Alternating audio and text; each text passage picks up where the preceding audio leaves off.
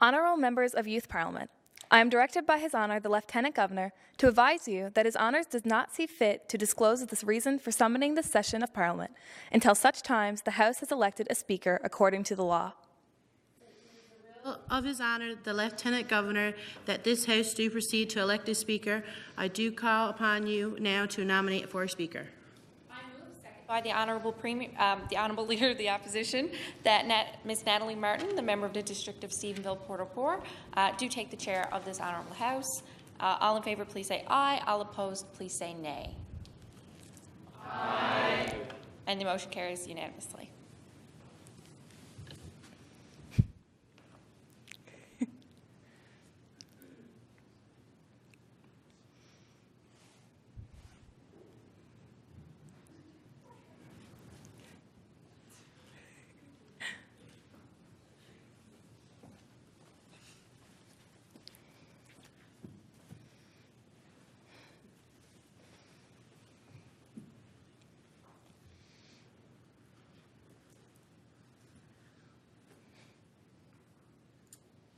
I wish at this time to return my humble acknowledgements to the House for the great honour you have placed to confer upon me by unanimously choosing me to be your Speaker.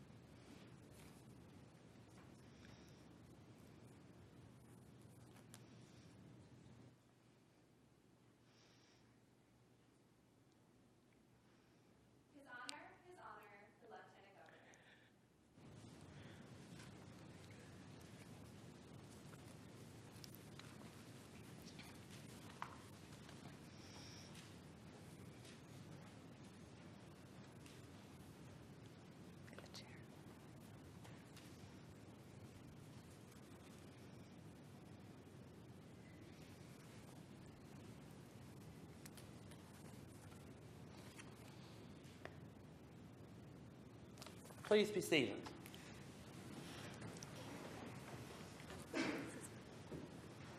May it please your honour, the House have elected me as their Speaker, though I am little able to fulfil the important duties thus assigned to me.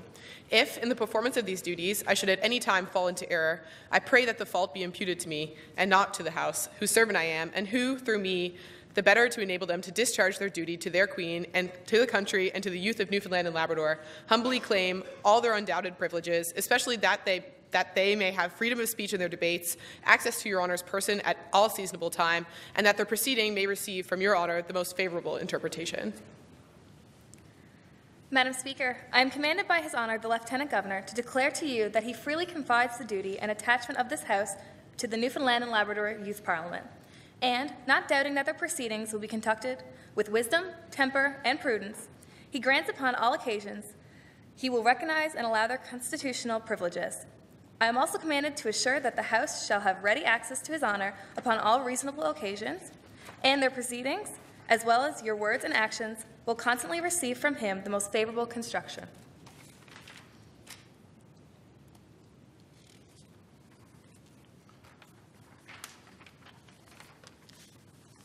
Good morning. I could get used to being called Your Honour every day. But I have the honour, of course, of being a member of the House of Assembly, and now you have the honour and the sacred obligation that we have as members of this House to entrust it upon you to treat this chamber and each other with respect. And this morning with me I have some colleagues of mine, the Honourable Andrew Parsons, the Minister of Justice and Attorney General, the Honourable Member for the District of Buren-Granbank, Ms Caroline Haley, and the Honourable Member for the District of Harbour Main, Ms Betty Parsley. I also see the Honourable Member for Signal Hill Kitty Vitty, or that's a different name now, isn't it, ma'am? St. John's East, kitty bitty. She will correct me many times, I'm certain. Ms. Michael and, of course, Mr. McCurdy's here as well. So, over these next few days, you will take time to debate with each other, and each of you are to be congratulated on being selected as members of the Youth Parliament, because I'm told there were quite a few that came here to apply, and now you have been given this honour. And I stand before you today as the youngest member ever elected. I think that's the elephant that's not in the room. And I can tell you now, I would be more than happy to have one of you beat that record at the next election. So over these next few days, I ask of you to stand on your feet, to represent your community, speak with your heart, back up with what you say with fact and evidence, represent your communities, and speak at every occasion that you can to make a lasting impression on the public dialogue here in Newfoundland and Labrador. Because given the challenges that we face, God knows we need all of the ideas and all of the input that we can get. So this afternoon now we will have lunch with our government caucus, and you will have the Premier and most of the Cabinet and caucus there.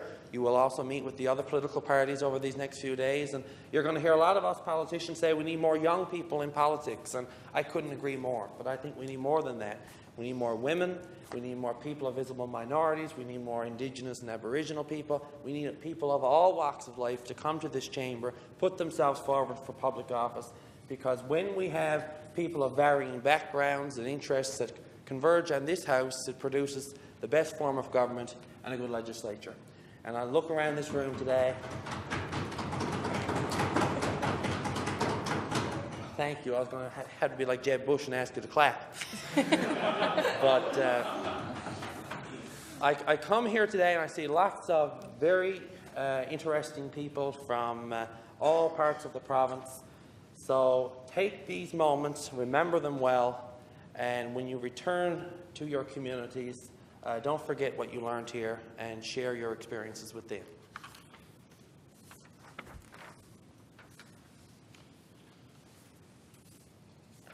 As you can see, I'm not very good with a script. Now you have to rise.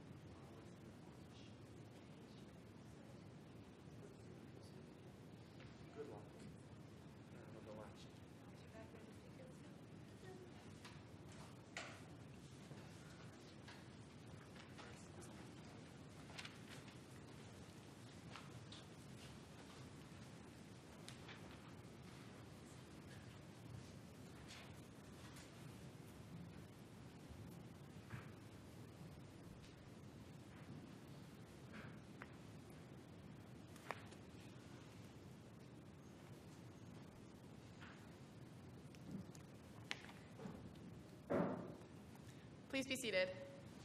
I have the honour to inform the House that, in order to prevent mistakes, I have secured a copy of His Honour's speech. Madam Speaker, I move, seconded by the Honourable Leader of the Opposition, that the speech of His Honour the Lieutenant Governor nor be taken into consideration now, and this is the order that precedence over all other business until disposed of. The question is as follows: that the speech of His Honour the Lieutenant Governor be taken into consideration now, and that this order have precedence over all others until disposed of. Is it the pleasure of the House to adopt this motion? All those in favour, please say aye. Aye. All those opposed, please say nay. The motion carries unanimously. I move, seconded by the Honourable Leader of the Opposition, that following humble address be presented to His Honour the Lieutenant Governor. May it please Your Honour, we, Her Majesty's most dutiful and loyal subjects of the House of Assembly of Newfoundland and Labrador Youth Parliament, beg leave to thank Your Honour for his gracious speech, which Your Honour has addressed to us at the opening of the House. So we'll now open debate on the speech from the throne. At this time, we usually use it for introductions of members. We're going to start here. So whenever you're ready. My name is Katie Wells. I live in Happy Valley Goose Bay and I'm a level 1 student at Millie Mountain Collegiate.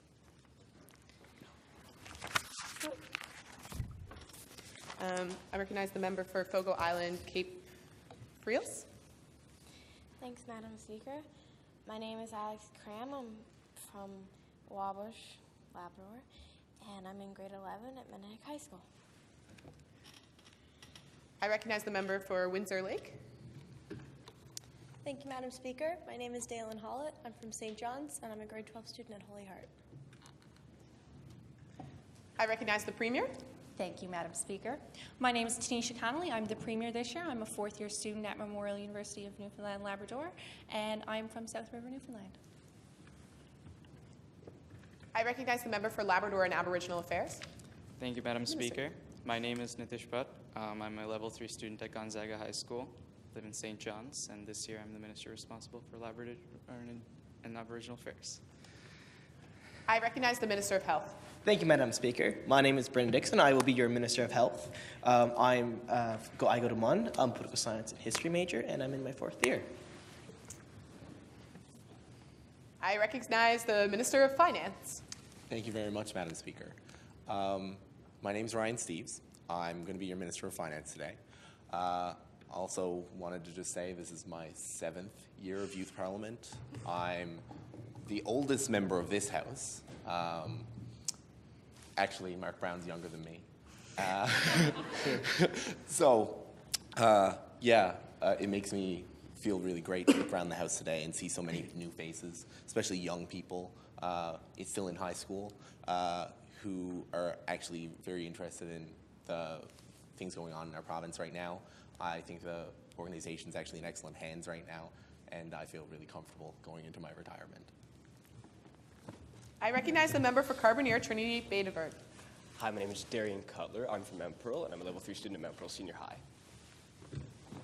I recognize the member for St. John's Centre. Thank you, Madam Speaker. My name is Nicholas Hillier from St. John's. I'm a level 1 student at Waterford Valley High School, and this is my first session of Newfoundland and Labrador Youth Parliament, and if I haven't met you, come find me, and I love to talk. Thank you.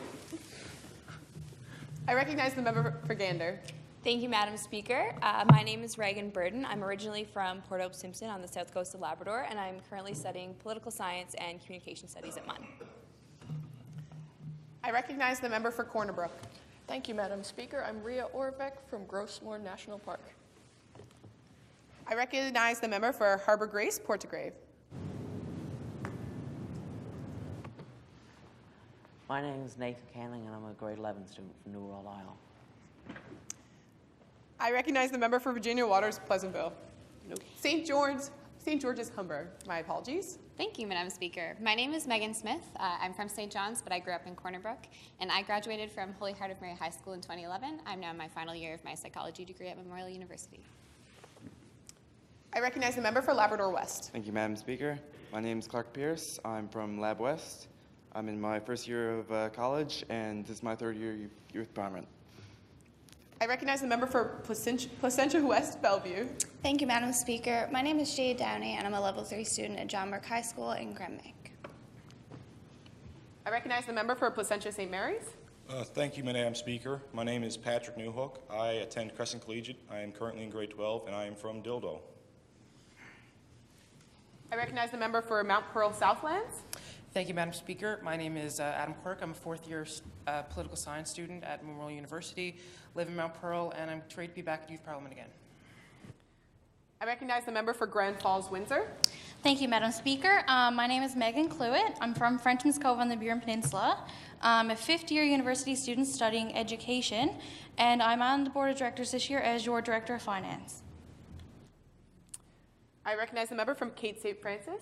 Thank you, Madam Speaker. My name is Sarah Cadigan. I'm from Logie Bay and a level 2 student at Gonzaga High School. I recognize the member for St. Barb, Lanza Meadows. Thank you, Madam Speaker. My name is Adam Dyson. I'm originally from Cartwright, located on the south coast of Labrador. I'm going to the Marine Institute, 2nd year in Nautical Science. I recognize the member for Cartwright, Lanza Clare. Thank you, Madam Speaker. My name is Amelia Jones. I live in Fort Howe, Labrador, and I'm a level 1 student at Labrador Straits Academy. I recognize the member for Harbour, Maine. Thank you, Madam Speaker. My name is Susie Cranford, and I'm from Roche's Line, and this is my 1st year of Youth Parliament. I recognize the member from Bonavista. Thank you, Madam Speaker. My name is Guadalupe Cohen Alonso. I live in St. John's, and I'm a level 3 student at Holy Heart High School. I recognize the member for Bay Vert, Green Bay. Thank you, Madam Speaker. My name is Aaron Matthews. I am a level 2 student at Gonzaga High School, and I live in St. John's. I recognize the member for Terra Nova. Thank you, Madam Speaker. My name is Mackenzie Dove. I'm a first-year pharmacy student at Memorial University. I also served as the president for Newfoundland Labrador Youth Parliament this year. And I just want to take this time to encourage you all to get up and speak this weekend and have your voices heard. And I hope you enjoyed session as much as I enjoyed planning it. Thank you. I recognize the member for Humber Grossmore. Thank you, Madam Speaker. My name is Billy Barnes. I'm from Woody Point, and I'm a level 1 student at Bombay Academy. I recognize the member for Exploits. Thank you, Madam Speaker. I'm Jessica Richards. I'm from South River, and I'm a level 2 student at Ascension Collegiate. I recognize the member for Buren, Grand Bank. Thank you, Madam Speaker. My name is Hannah Miller, and I'm from Fortune. I recognize the member for Topsail Paradise.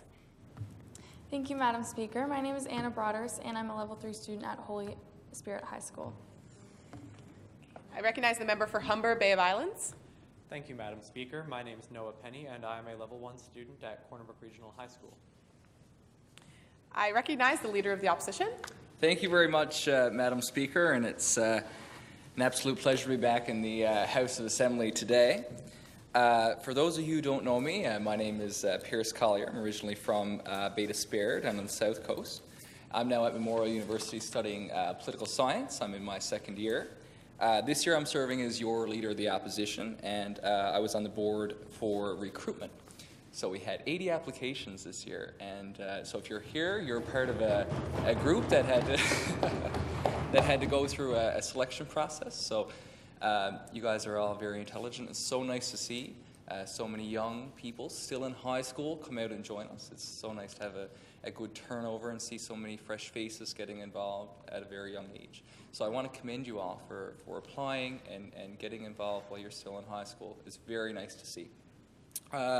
I just want to say to everyone, you know, get up and speak. And I know I say this every year, but please do get up and speak, because other than the two benches here, I always say the two benches of hacks, which is the government and the opposition, all of you guys are independents, and you're what makes this debate go around. You bring new ideas.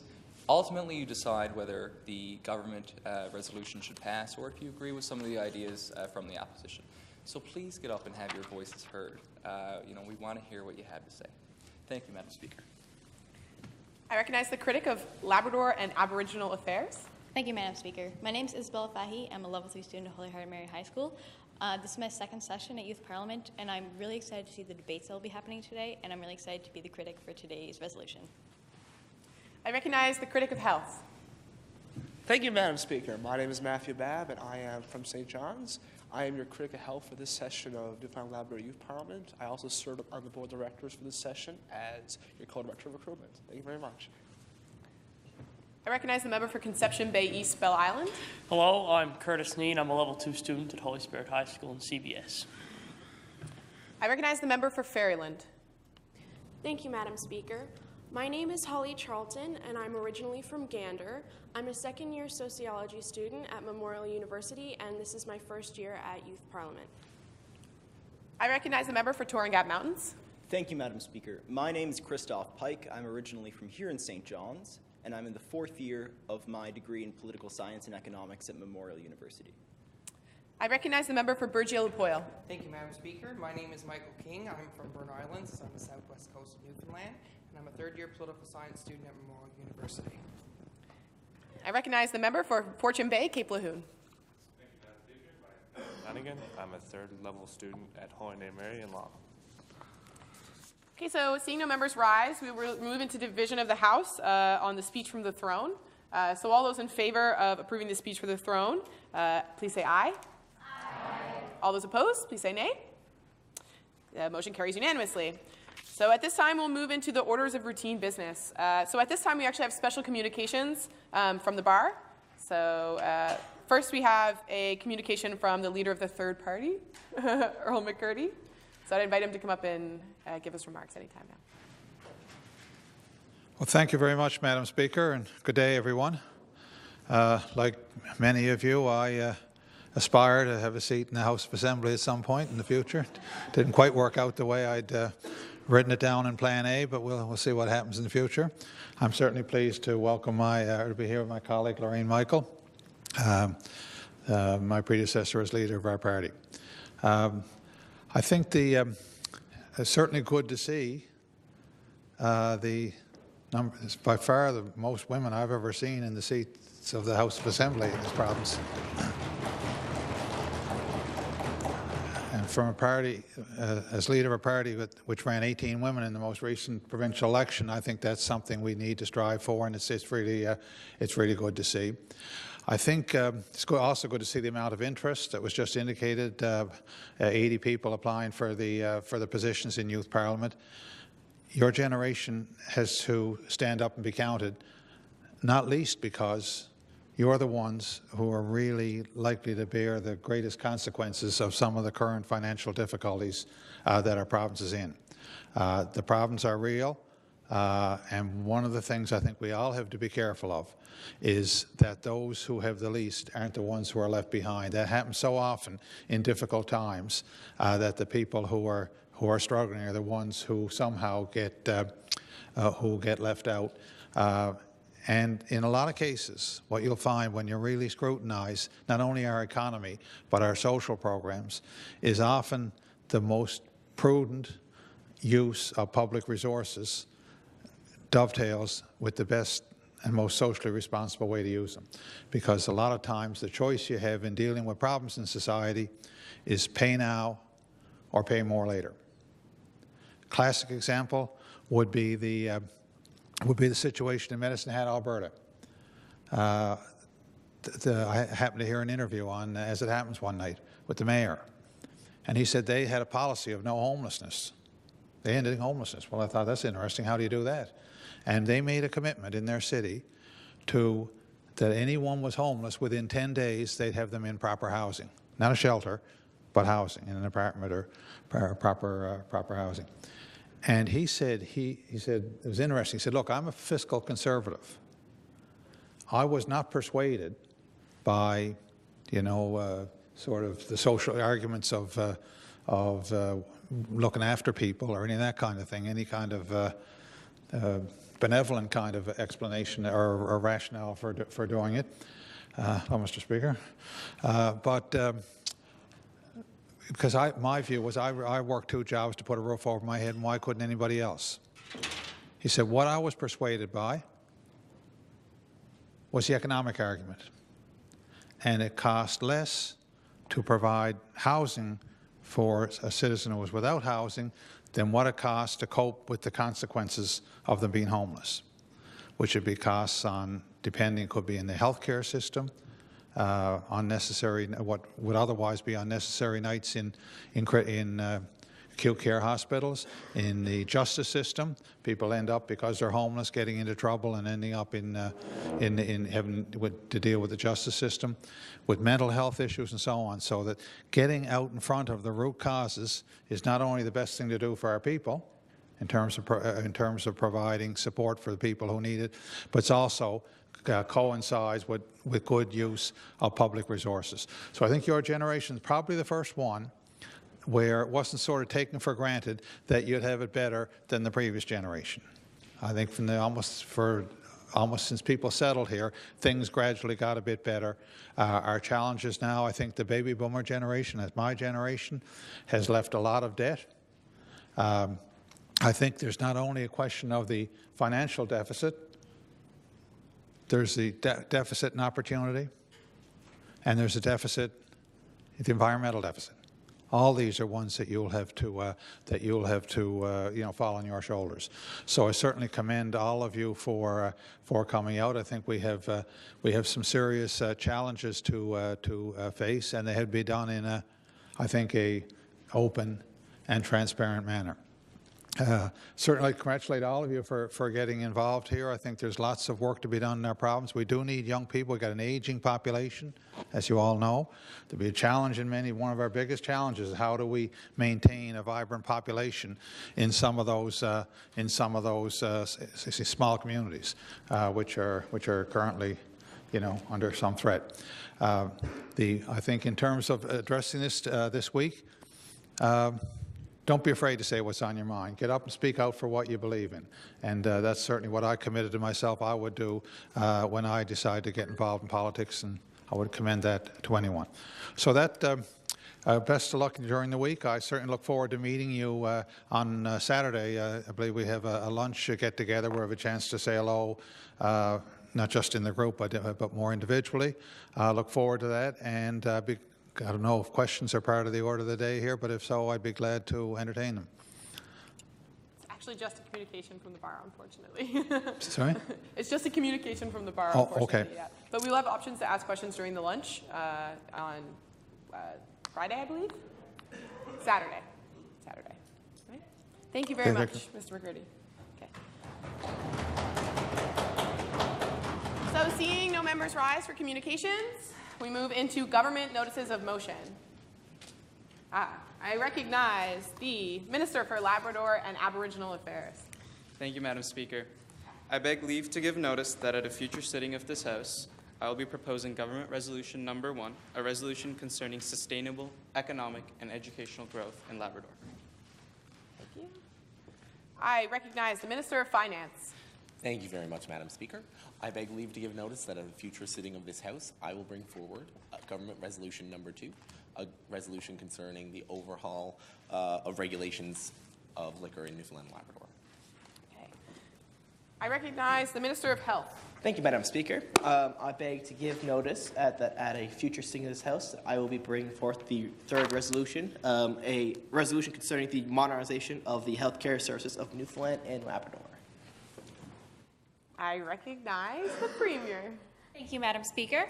I beg leave to give notice that at a future sitting of the House, I will table and bring forth Government Resolution Number 4, which is a resolution on Senate appointments. Thank you. Okay. Seeing no members rise, we now move into notices of motion. So I recognize the member for St. John's Centre. I beg leave to give notice that at a future sitting of this House, I'll bring forth Private Member's Resolution Number 1, a resolution concerning parking and traffic fines in the province of Newfoundland and Labrador. I recognize the member for St. Barb, Lanson Meadows. Thank you, Madam Speaker. I beg leave to give notice that at a future sitting of this House, I'll be presenting a Private Member's Resolution Number 2 concerning the financial situation of Newfoundland and Labrador.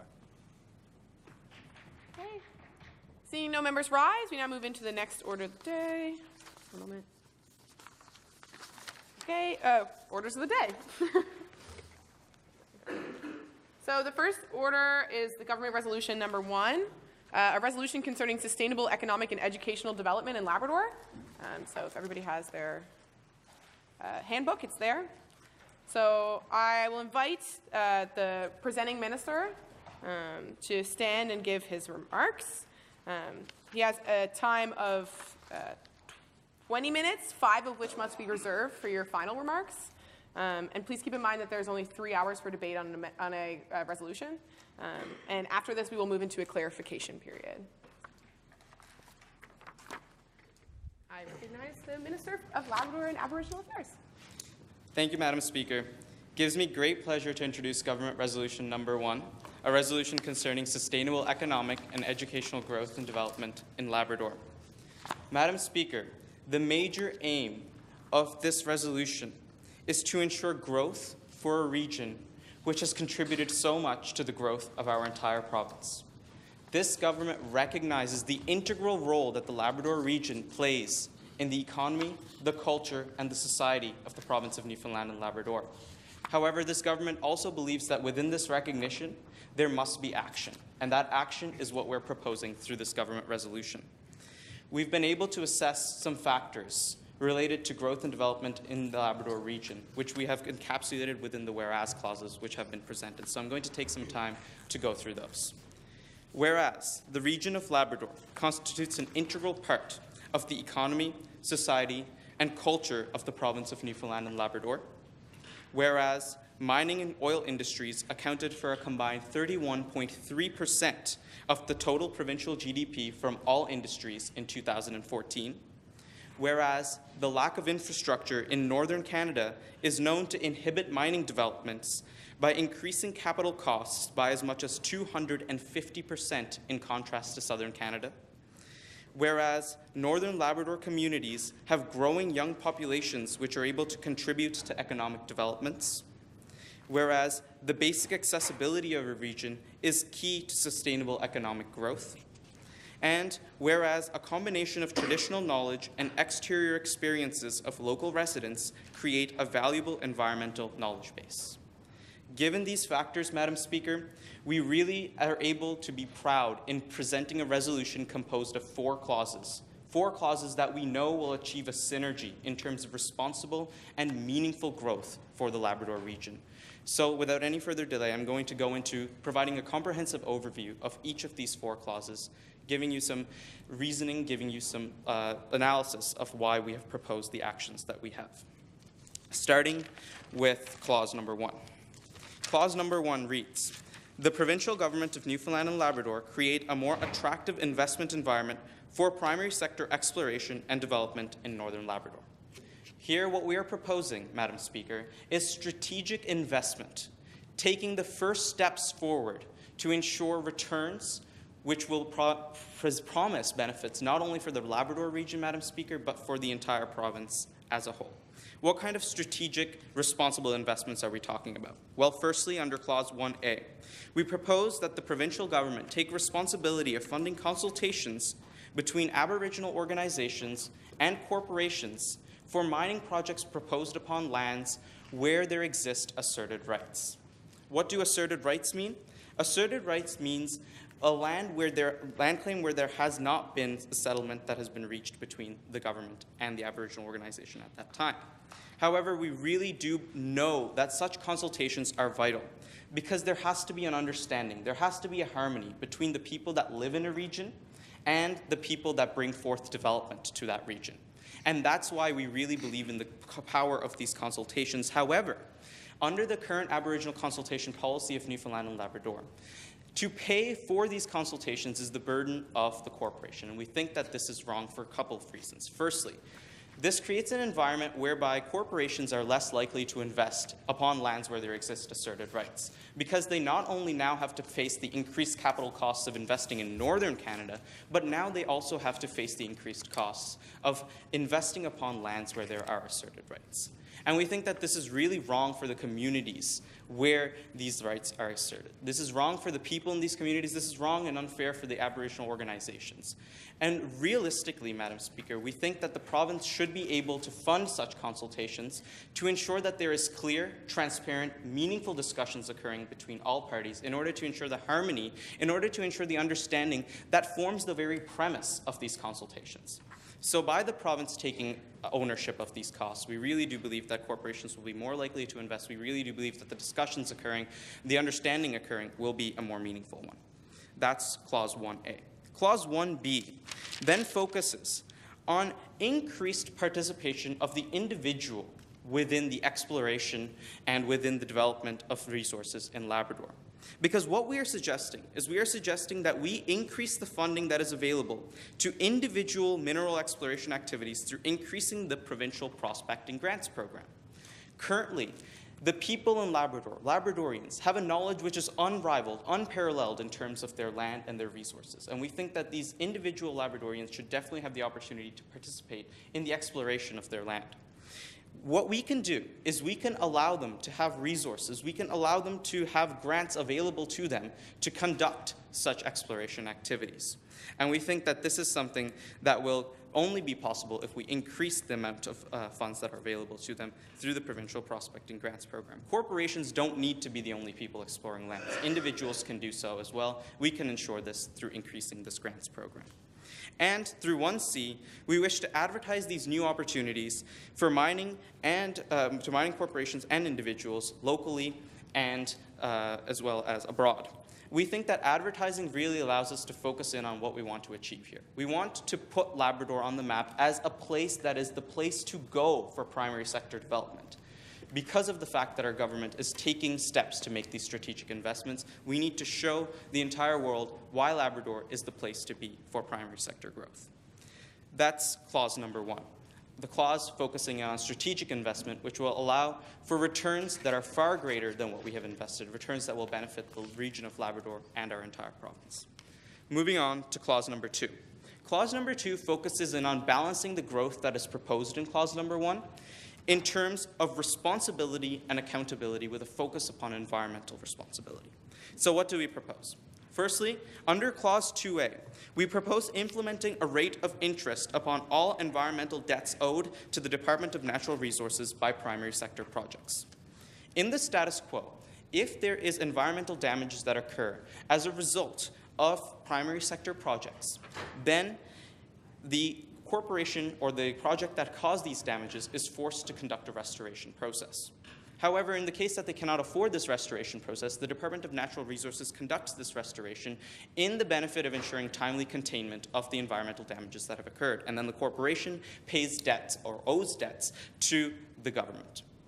What we propose is implementing a rate of interest upon these debts, which will ensure 2 things. Firstly, there will be more responsibility within all of these projects. What we can ensure, Madam Speaker, is that corporations and mining projects will be less likely to create a large mess which they basically can't afford to clean up. That's the proactive action that we take. Secondly, we will ensure that in the case that such damages do occur, the money that is the public money that the Department of Natural Resources puts into cleaning up this mess to restore these lands is paid back in the most time-efficient manner possible. Because we don't think that public money should be invested into cleaning up the mess of a company indefinitely. We think that it should be paid back as soon as possible, and companies will be incentivized to do so by the rate of interest that's implemented. That's Clause 2A. Moving now into Clause 2B. Clause 2B encourages the startup of local environmental consultancies in Labrador through, firstly, advertising tax credits and funding opportunities that are currently available to eligible small science and industry-based companies, namely environmental consultancies in Labrador. Madam Speaker, the knowledge of Labradorians in terms of their land is very comprehensive, and in fact, some of the leading environmental consultancies in Labrador are local. We think that this movement should increase, and we can do this through advertising the tax credits and funding opportunities that are currently available in terms of science businesses, in terms of rural development, in terms of small businesses, right? So we think that this is something that will really allow for people to know about the opportunities that exist to start up their consultancies, to use and apply their knowledge in terms of ensuring sustainable growth in their lands. And secondly, we propose the development of a website to exclusively list and showcase the eligible consultancies. This will allow for meaningful contacts and contracts to be established between the companies and corporations that bring investment to that land and these environmental consultancies. And under Clause 2C, we say that we must provide all relevant updates that are associated with primary sector projects and governmental investments on a simple, specific and dedicated website, because this can ensure transparency. We're trying to make strategic investments here, and we think that such investments must be made in an accountable and transparent fashion. So that's Clause 2. Moving now on to Clause 3. Clause 3 shifts gears a little bit and talks about a very, very important factor. And that is that in order to foster not only economic growth, but long-term social growth in a region, we must ensure safe accessibility and transportation. So what do we do in order to do this? Firstly, we declare a project to pave the remaining stretches of gravel road along Phase 2 of the Trans-Labrador Highway by 2022.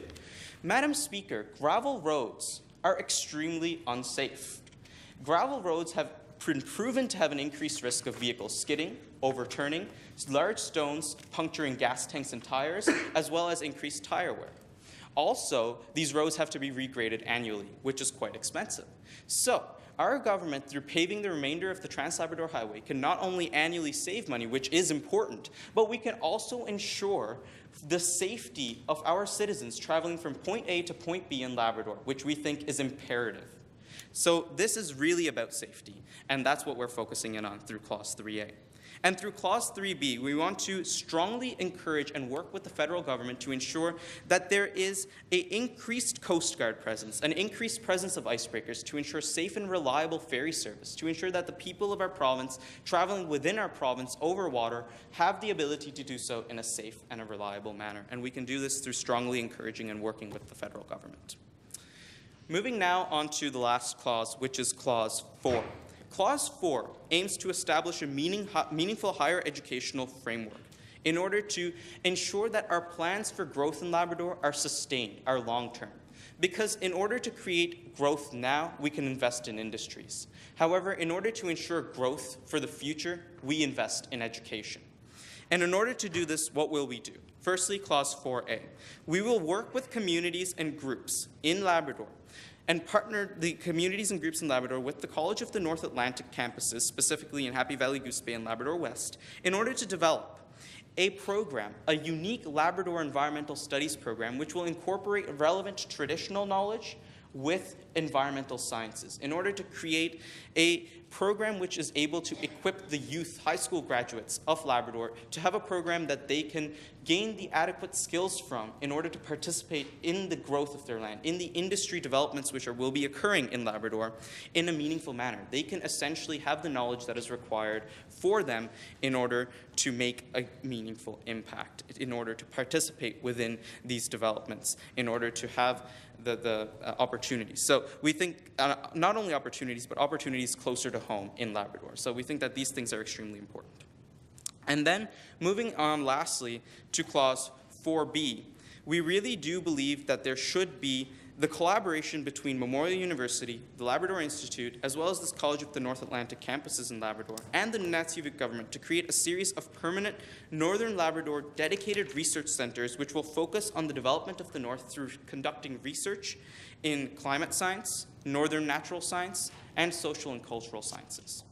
This is something, Madam Speaker, that is going to complement the economic growth that occurs in that region through allowing research and development to occur in that region as well. Labrador is truly a gem. It's truly unique for us.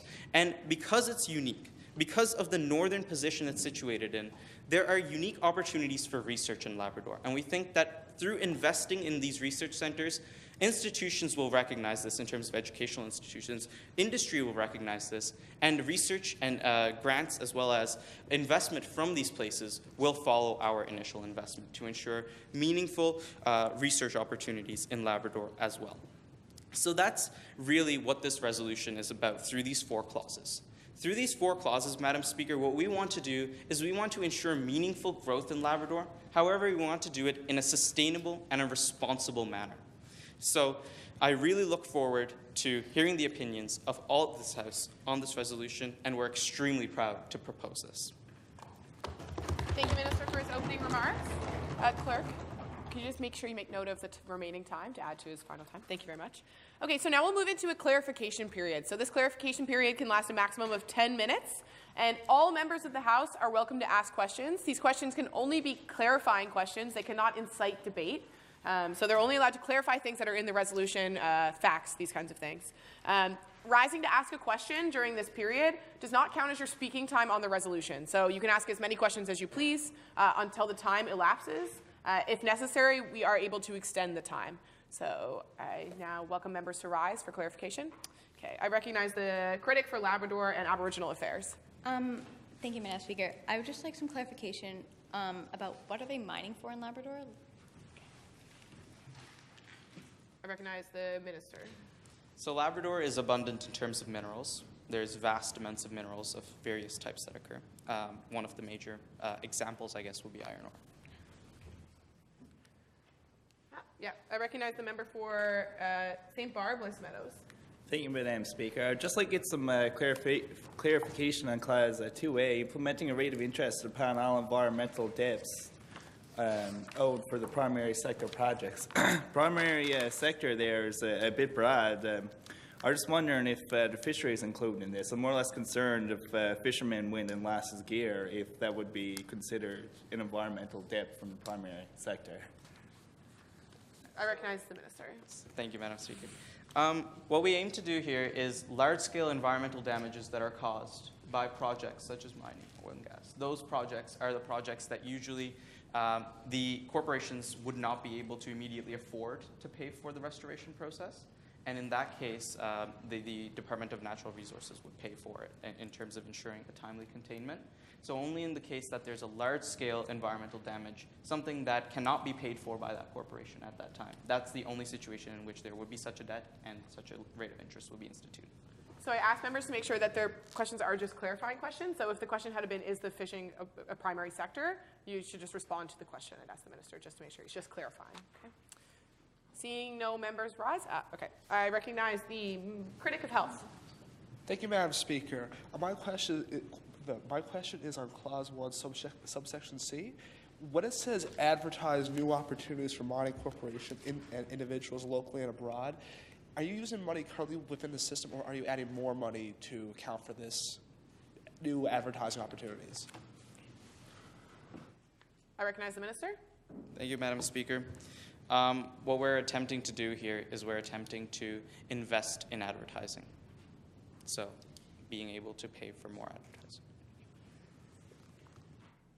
Okay. I recognize the member for Topsail Paradise.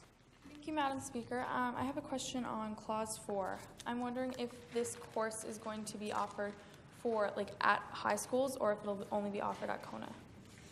Thank you. I recognize the minister. These courses will be offered at the two specific College of the North Atlantic campuses that are listed in the resolution. Seeing no members rise, we'll now end the clarification period. And I would invite the critic responsible for Labrador and Aboriginal Affairs, who will have 15 minutes to respond to the minister. I would like to thank the government for creating a resolution that is very important and has some very important topics that many of us are probably not aware about, because a lot of us live here in Newfoundland, St. John's, or just around the bay. But due to their clear lack of vision, they seem to have placed a higher value on profit from corporations than the needs of the people, and looked over some major details. Okay, so we're going to start from the beginning, Clause 1, subsection A. If you guys all have a look at it. This resolution is very dense, I found. But digging through it, you get to see what actually they're trying to say. So the government here is suggesting that we use land that the Aboriginals have a claim to, that they want to add to their territory. They're suggesting that we take away land from the Aboriginals. I personally thought that the government stopped doing this a long time ago. That would not help advance our province in any way. And if the companies want to find land to mine on, they can find land that does not belong to the Aboriginals.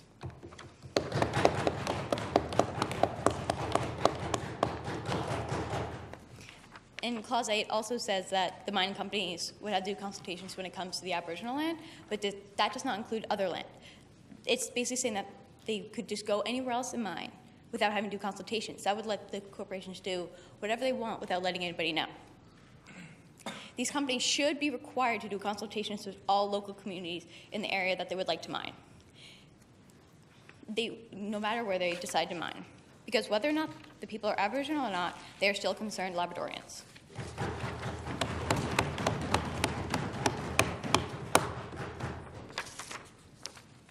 I'm going to be moving on to subsection B of Clause 1.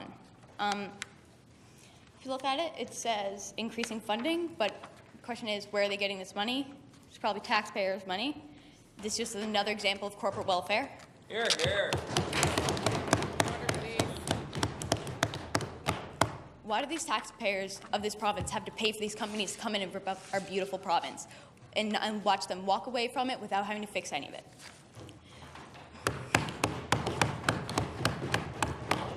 The province could be putting the money that they're using to fund these corporations to come in for other programs which would immediately assist members of the province, like starting programs for single mothers, starting free daycares for them, like anything. When they say that they're putting money into these corporations like that, as opposed to helping the immediate members of the province where there is a lot of people there who need help, it makes me wonder what the government's priorities are, the people or the corporations. if the government truly thought that they would want to put their people before these corporations, they would take into account the physical and mental health risks that come along with putting these mines nearby these communities, like the Aboriginal communities or just the regular communities. These communities are already not provided with adequate health care, so it would just worsen existing issues. Why don't we just put this money in other things that would benefit the people of this province?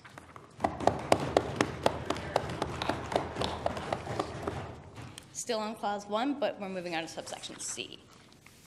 They're talking about getting these companies here, but a lot of things people are seeming to forget is that, will these companies want to come here? These companies are not even eager to come here because even though they advertise these new mining opportunities, the price of oil and minerals are so down that if they came here and started mining, they would be losing money, not making any.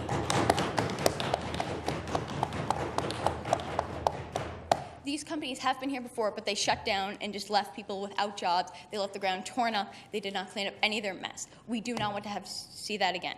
There are other sources that we can get money for this province besides mining that can help benefit our people of our province better.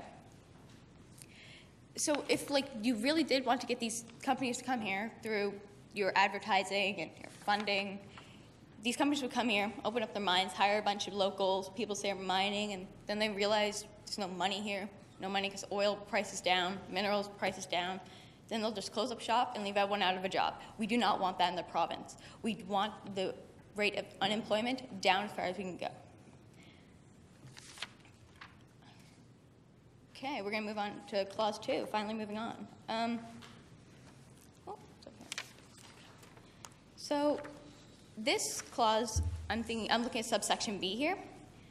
If you all have a look at it, it's saying, encouraging the start of local environmental consultancies in Labrador through I and 2I. And then, so it's basically just saying that they want to have these consultancies that will be responsible for regulating or watching, monitoring these companies in case they screw up, because if they make a mistake, pollute our environment through negligence or anything.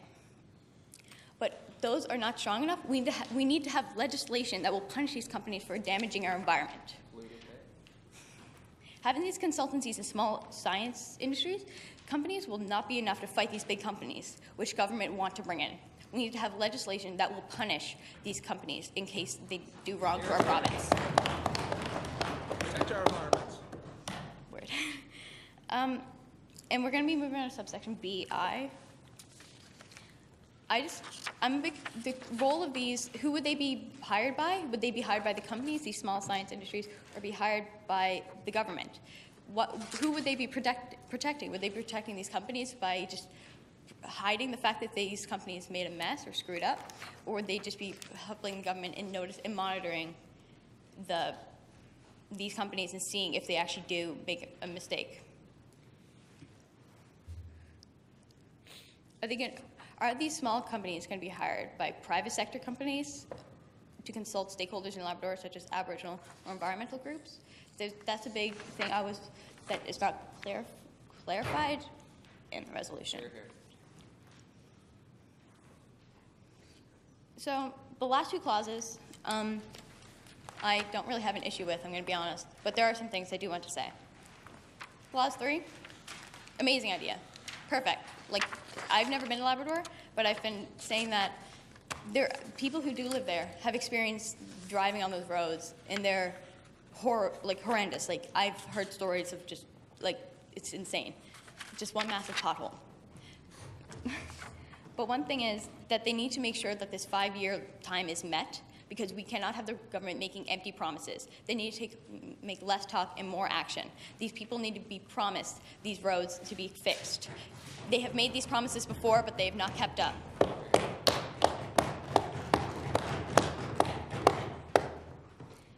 And those people need to have those roads to get from point A to point B, as the minister said. It is about safety, and that's why this 5-year plan needs to be implemented strongly, because these companies have come in, started fixing the roads, and then just did not finish, or took the people who were born there since when they were little to now. They're still fixing the roads that they promised to have done years ago. Clause 4, it's very important, I think, because education is very important, but there is one major flaw, which was pointed out to me. The Labrador environmental course should also be offered in schools in Newfoundland. This province is not just Labrador, it is also Newfoundland, Labrador, Newfoundland and Labrador. Having it only available in one province would create a bit of a divide in the educational opportunities in these provinces, which we don't want. We want to strengthen our connection between Labrador. I personally would love to have that course here because I want to know more about what's going on in Labrador. I would like to have I want my opportunities to be increased, and especially I want to work inside the province, and I want to take every chance I get to do that. I want to take every chance I get at learning new skills so I can stay in this province and learn it. And so that's why I think having this course available in both Newfoundland and Labrador schools would be very key to ensure that. Newfoundland students should also have those opportunities. That's just one thing, because what the minister was saying was that these people, they need these opportunities to work in their local communities, immediate home. I think that is also key for everyone in Newfoundland because a lot of us may not have ever been to Labrador, but it is still our home. Just to conclude a bit, and another flaw I noticed in the overall resolution, as said in the title of the resolution, sustainable economic and educational development, but mining isn't sustainable.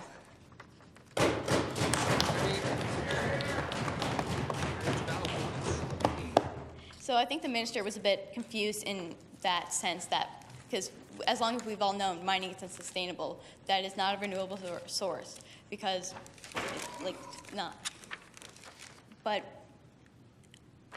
overall, this resolution is very important to the province of Newfoundland and Labrador. I think it can make a lot of changes, very important changes. Ones that may not affect a lot of us directly, but others in this House directly, because there are a lot of delegates here who are from Labrador, and I spoke to them, and I learned that these issues are actually very important, which I never realized. So if you guys get a chance during this weekend, go talk to them and learn. It's the amazing stuff you'll learn. I don't think mining would be the best way to develop the economic and educational development in Labrador. There are other ways. We can start, instead of, the minister said, we can put Labrador on the map by having these corporations come in. But there are other ways we can put it on the map, like green energy. Has anybody heard of that? We can use that. It's pretty great.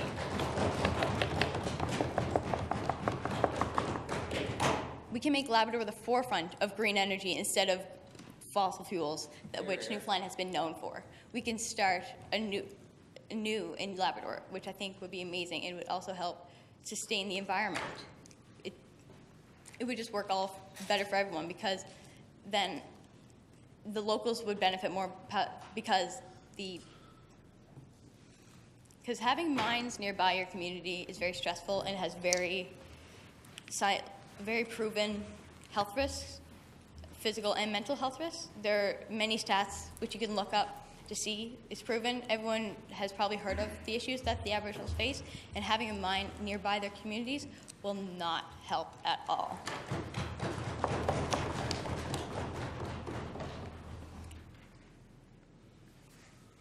I do have to agree with some points that the minister made, that the province should, in like clause 1, the province should be responsible for funding these consultations, because they are key, because we cannot just leave it up to these corporations to go directly to these communities and be like, tell them what they want, because they can just take over and just manipulate them. Because these corporations have lawyers and have been doing this stuff for years, and they know how to get what they want out of these small communities. So having the government involved in it will help control these corporations. And in 2A, I believe it was, is that do you guys really think it's right that the government is responsible for cleaning up the mess that these corporations have made in our province? Shame. I don't think it is our responsibility as residents of this province to be responsible for paying it through our taxes. Our money from our taxes should be going to other programs, such as rebuilding the roads, like in Clause 3, or anything else, to programs to help single mothers, to help the high rate of poverty in that province. And one thing that was made evident through the minister's speech was that the government is afraid of taxing these corporations. Here, here. Order, please. So I ask all the members to take a second look at this resolution. I know a lot of you looked at it and were just, oh, that's so difficult to read. We're just going to move on because it's the longest resolution and it's the most dense. I do have to admit, I first read it and I was like, dang, I picked the wrong one. But I am really glad that I picked this one. This one has a lot of opportunity. I think we can go far. We can amend it to make it right for the people of our province. Here, here. Thank you, Minister. Thank you, critic. We now move into, we're in general debate, so members will have 10 minutes of speaking time. You can only speak once on a resolution. Seeing no members rise. Yes, I recognize, thank you. I recognize the member for St. John's Centre. Perfect. So this bill, I'm just going to read the title really quick. It's a resolution concerning sustainable economic and educational development in Labrador. But if you just take a quick glance over the bill, this bill is heavily focused on the environment. I hear nothing about the environment in the title of this bill. Right through this bill, I see so many flaws that the Honourable Minister, who just stepped out, had made. Clause 1, I think that most people and the delegates in this Honourable House from Labrador would agree is that there is more in Labrador than mining. There is more in Labrador than mining. One thing as well that the three subclauses in Clause 1 have in common is that it's all spending money. Right now this province is in a multi-billion-dollar deficit. We can't really afford to spend a whole lot more money. We need to get out of the economic uncertainty that we are in and go from there. Funding-wise, Clause 1A, taking responsibility for funding consultations. B, increasing funding available. C, advertise new opportunities. How do you advertise? You pay for them. Also, a comment that the Honourable Minister had made is that primary sector growth, he focused a lot saying the primary sector growth, I got the impression that he thought it was just mining. Primary sector growth is way more than just mining. Clause 2, where it says 2A, we're implementing a rate of interest, Madam Speaker. A rate of interest, it's pretty vague. What is that rate of interest? Is it, I should have asked that in clarification period, but as well in B, we're spending even more money in this resolution, Madam Speaker. We are advertising, cost money, tax credits, losing money there. In C, I think this is the first time I've ever read through a piece of legislation and they've tried to bring in a website via legislation, so that's interesting. But in Clause 3, Clause 3, we're spending even more money. 3A, we're paving a 300-plus kilometer highway. It's going to take 5 years to pave this highway. Yes, I understand that this highway is very important, as the Minister said, and the critic had agreed. But 5 years, how much money is that going to cost? Paving 323 kilometers. How much is that going to cost? That's not outlined in the resolution either. The Minister didn't say that. In Clause B, I find this province heavily relies on the ferry system. The ferry system is not super reliable, as we've seen in recent days, incidents in the district of Fogo Island, Cape Friels, and we've also had incidents in the district of Conception Bay, East Bell Island. The money that the government spends on ferries, as it says here, strongly encourage federal government, so on and so forth, required to provide reliable interprovincial ferry services. We're going back to the ferries. I think that the government could take a lot of money, save it from the ferries, and just build a causeway to go from, not exactly sure where the crossing is there, but from the Northern Peninsula to Labrador. In Clause 4, I don't really have a problem with Clause 4, but in Clause 5, I find it weird and disrespectful at the same time that the minister had overlooked the 5 government representatives in Labrador. In Clause 5, copies be sent to the Premier of this province, the Prime Minister of Canada, the Minister of Natural Resources, and the Minister of Finance in the province. Nowhere there do I see the Honourable Member of Parliament for Labrador. I don't see her included in this bill. That's their only voice in the federal legislature. Also, here in this House, they have 4 provincial representatives. We have Labrador West, represented by Graham Leto, the Honourable Member. We have the Honourable Member for Lake Melville. We have Perry Trimper, the Honourable Member for Cartwright Lance Leclerc, Lisa Dempster, and the Honourable Member for Torngat Mountains. We have Randy Edmonds. Nowhere on this bill do I see copies being sent to these 5 people. Their voices in provincial and federal legislature are being left out by this government, and I find that absolutely shameful. It's shameful, Madam Speaker. So just going over this bill, we're spending a lot of money. We're focusing heavily on mining, which it's not the only thing in Labrador. Mining is not just in Labrador. Labrador is not just mining as well. I hope the Honourable Minister or someone in this House brings forth an amendment to include their voices in government. Thank you very much, Madam Speaker. I recognize the member for Gander. Thank you, Madam Speaker. So a couple things I just wanted to talk about what some people said.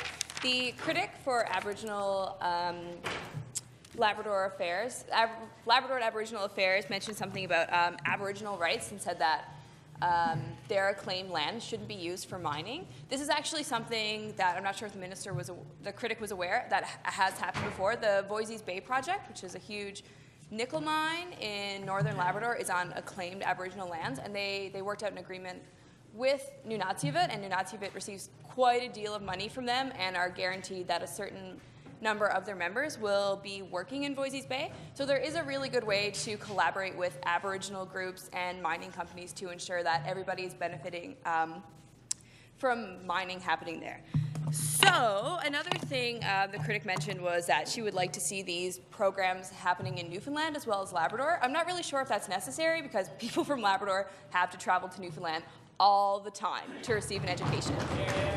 If people who are living in Newfoundland are that interested in that program, then they can go to Labrador to do it. There are residencies in Happy Valley Goose Bay. I'm not 100% sure on Lab City, but if there was, interest in a lot of students going there, I'm sure the college would build one because they would obviously profit from it. Okay, and the member across from me mentioned how expensive paving is. So phase 2 of the Labrador Highway is actually from Red Bay. It's paved as far as Red Bay to Cartwright. So it's all of southern Labrador. There's huge tourism there. That's how people have to drive on that highway to get to Battle Harbour. It's, if you're not aware, Battle Harbour is one of a huge tourist spot where people like to go, but a lot of tourists are turned off from going there because of the gravel roads. And Labrador is such a beautiful place. If you've never been there, I really encourage you to go. I know a person, my dad does dog sledding tours. Hit me up. I'll make that happen for you.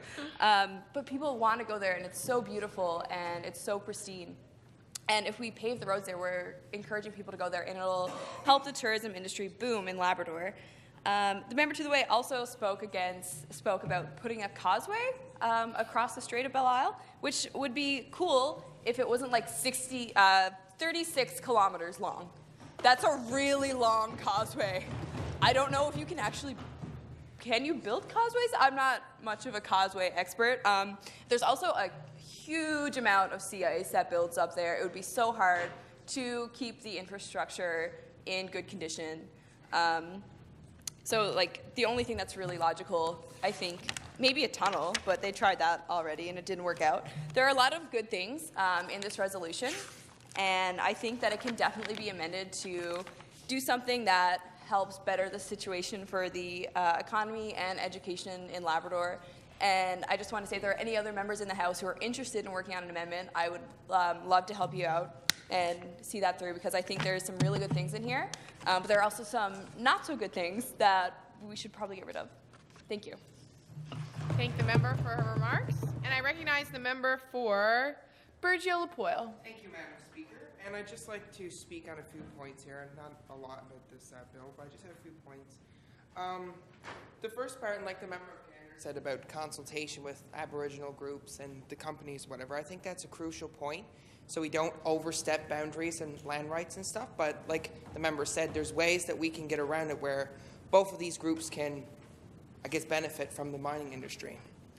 Also, the member for St. John's Centre talked about spending money. He said from part 1, spending money. He talked about part 2, spending money. Part 3, part 4, spending money, But we have to create jobs. This is something really important. If we don't spend the money and invest the money, we're not going to create jobs. It's so crucial. I mean, right now we're in such an economic downfall. I mean, everybody's having a hard time finding work. So by investing this money into this industry, we'll be creating jobs in the mining industry for people to be able to work. Also, my third point, I only have a few actually, the education part, and the member in front of me here actually brought up a good point in my opinion, and somebody going into the education field eventually, she talked about high schools, and in the bill it talks a lot about colleges, but I think that was a good idea to introduce it into high schools, because this is where they tell you, you have to make up your mind what you're going to do in college or university at the age of 18, and most of us here in this room, I guess, can figure out it's not the easiest decision. So if they introduce more like trades-related courses into high schools, I think that it'll be able to get more people interested and also help them decide what they want to do for their future. And like the member from Gander said, that introducing it in Newfoundland I don't think is really important. Like she said, Labradorians all got to come to school here all the time, so I think if they introduce it more in Labrador, it'll be crucial to the area and to the people there. So yeah, that's all I have to say. Thank you. Thank the member for his remarks, and I recognize the member for St. Barb, Lanson Meadows. Thank you, Madam Speaker. Yeah, it's quite a bill there, and someone who actually grew up on the coast of Labrador understands this quite well. I just want to point out, I don't want to get stuck on this topic, but the causeway, yes, they did do research on that. It is not possible. Tunnel, brought up several times, nothing really went there. I'm personally from the nautical field, so I just want to start by mentioning the ferry surface. I had people in my class there done their work terms on both Northern Ranger and MV Apollo. 2 of those ships are pretty much down and out. So seeing those 2 new ferry contracts awarded would be a start to improving transportation in Labrador. Also want to give you a figure on the cost you mentioned, obviously, about obviously concerned about how much paving Phase 2 of the highway. Well, that contract was already awarded. It was originally supposed to be done in 2017, still not done yet. I believe the ballpark figure is somewhere in $35 to $40 million contract. Also, I'd like to go on. I'm going to start basically in Western Labrador now. Talk about the minerals there. Well, I wanted to say that iron ore, this is a very critical part of the economy. As it was in the past, it is today. We get mining tax coming each year. I know the price of iron ore is down at the moment, like the price of oil and other commodities. But once again, that's no way to know what the prices will be tomorrow. I'm sure that there's no one pessimistic enough to think that they will stay down forever. So that is very important. The mines in Labrador, I know there were more about mines, but mining is a big part. We got Voisey's Bay nickel, we got iron ore, which, by the way, you said is not sustainable. No, mining is not sustainable, but there was a survey conducted a couple of years ago that concluded that there is enough iron ore in Labrador City for approximately 200 more years. So I just want to put that fact out there that is very important in moving forward for this province, Newfoundland and Labrador. And I mean, it's not only the mining tax, it's about creating jobs. Income tax, we're big. I believe it makes over $900 million a year in income tax, goes to the revenue of Newfoundland and Labrador. A lot of this income tax comes off high income brackets, which is very associated with the mining industry. The people who are still working at iron ore company of Canada right now is still paying those high income tax brackets, which is contributing largely to the revenue of this province. Like I said, iron ore in Lab City and Voisins Bay, these are very important. We got this new uranium mine that's being discussed on the north coast of Labrador. Once that gets underway, we got more jobs, more mining tax, more money and revenue being created. So primary sector for mining, yes, it is definitely important. And just to mention that I am pleased with this resolution, as it did put a fairly large strain on the environment, which I am very pleased to say, because that is important to preserve the culture of the lands. You know, many of my family traps all over the land, hunts, fish, as they did for the last hundreds of years, and it is very important that we protect them in this way. The company is holding them liable, giving them interest if they're not going to pay back if they do damage. I mean, we should try to prevent them from doing damage in the first place. But if something happens, accidents happen all the time, then yes, hold them liable to that. But I mean, these companies, I mean, it says you're playing into the hands of the big companies, but they're important. Iron ore company, what would Labrador City be without them? Just to give you an example on that. Same with, Valley or Voisins Bay Nickel up there. They are needed to invest in Labrador. I believe that there is room for them if we go about doing it in the right way. I just want to make a little point there that this didn't really cover infrastructure to the point which I would want to. And I would also like to say, because of our current financial situation, which you'll see I got solutions for my private members resolution, but there should be a strain put on the federal government, I believe, in this case, to try to invest some of their infrastructure money in the region of Labrador. Just give you some example, the housing market, especially in northern Labrador, and southern Labrador to some extent, but I mean, it is crazy. You got 2 or 3 families living in one house, all the houses are falling apart. I believe there was a survey conducted in Nain, and there was something like 30 to 40% of the houses were found to have mold in it. We desperately need new housing in Goose Bay, Happy Valley, Goose Bay, Lab City too, for that fact. The housing market has got skyrocketed. Definitely needs to be something done there. Safe drinking water, trying to retain people in these spots are hard without the basic necessities such as safe drinking water, which pretty much all South Coast of Labrador and North Coast lacks. Transportation, I mentioned that. I think if we put out those new ferry contracts, paved our roads, it would go a long ways for tourism, which I would like to thank, she's not here right now, but my honourable colleague over here, she understands, she's from not far from where I'm from, but tourism is huge, especially with salmon fishery, Battle Harbour. All this on the South Coast of Labrador is extremely difficult to attract tourists because of the transportation in the area. Labrador, you look right from our past, it was basically the fishery, and there was so many Newfoundland fishermen that came up there. Then we got into to hydroelectricity, Churchill Falls, that ended up being sold by the government to Quebec, unfortunately. But now we got the new hydroelectric project coming in Muskrat Falls, that's creating a whole lot of new revenue through income tax and keeping people at work. That's all taking place up in Labrador. Yet those people got to drive up on this road that's not even paved, that's in the spring is not fit. It might take you 10 hours to get somewhere that usually only takes 4 type thing. So I just wanted to mention that we waited a very long time for these basic necessities, and I think if we was invested in today, it may cost some money today, but that money will be sure to be placed back into the pockets of people of Newfoundland and Labrador once we get those people working, Madam Speaker. And that is why I think that this resolution has a lot of positive things in it. Like I said, it didn't go quite as far. You could mention bringing tourism into our new national park there. You could, Muskrat Falls, you mentioned that. If you're going to go ahead with that, to try and make sure that that's done in a sustainable way, keep everyone working. And but I mean, the mines, you do focus a lot on the mines, and those were a lot more about mines, and we are. But mining is definitely an important role for all the people of this province. And for that reason, I do like the resolution. I would like to see a few amendments made, but I would like to thank the Honourable Minister for presenting this. Thank you, Madam Speaker. I thank the member for his remarks, and I recognize the member for Mount Pearl Southlands. Thank you, Madam Speaker.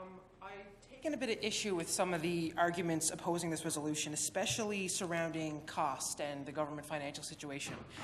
I think that's kind of a shallow argument to make in this particular parliament. I think that we need to be presenting ideas, and when we're in a poor financial situation, government doesn't shut down. We don't just stop investing. We don't stop working to make the economy better. Order, please. Because to improve the economy, we need to grow the economy, and we do that by investing. We invest in, yes, renewable resources, but also our non-renewable natural resources, like mining, that is vitally important to the economy in Labrador. So I think that that argument doesn't really hold any water in terms of whether this resolution should pass or fail.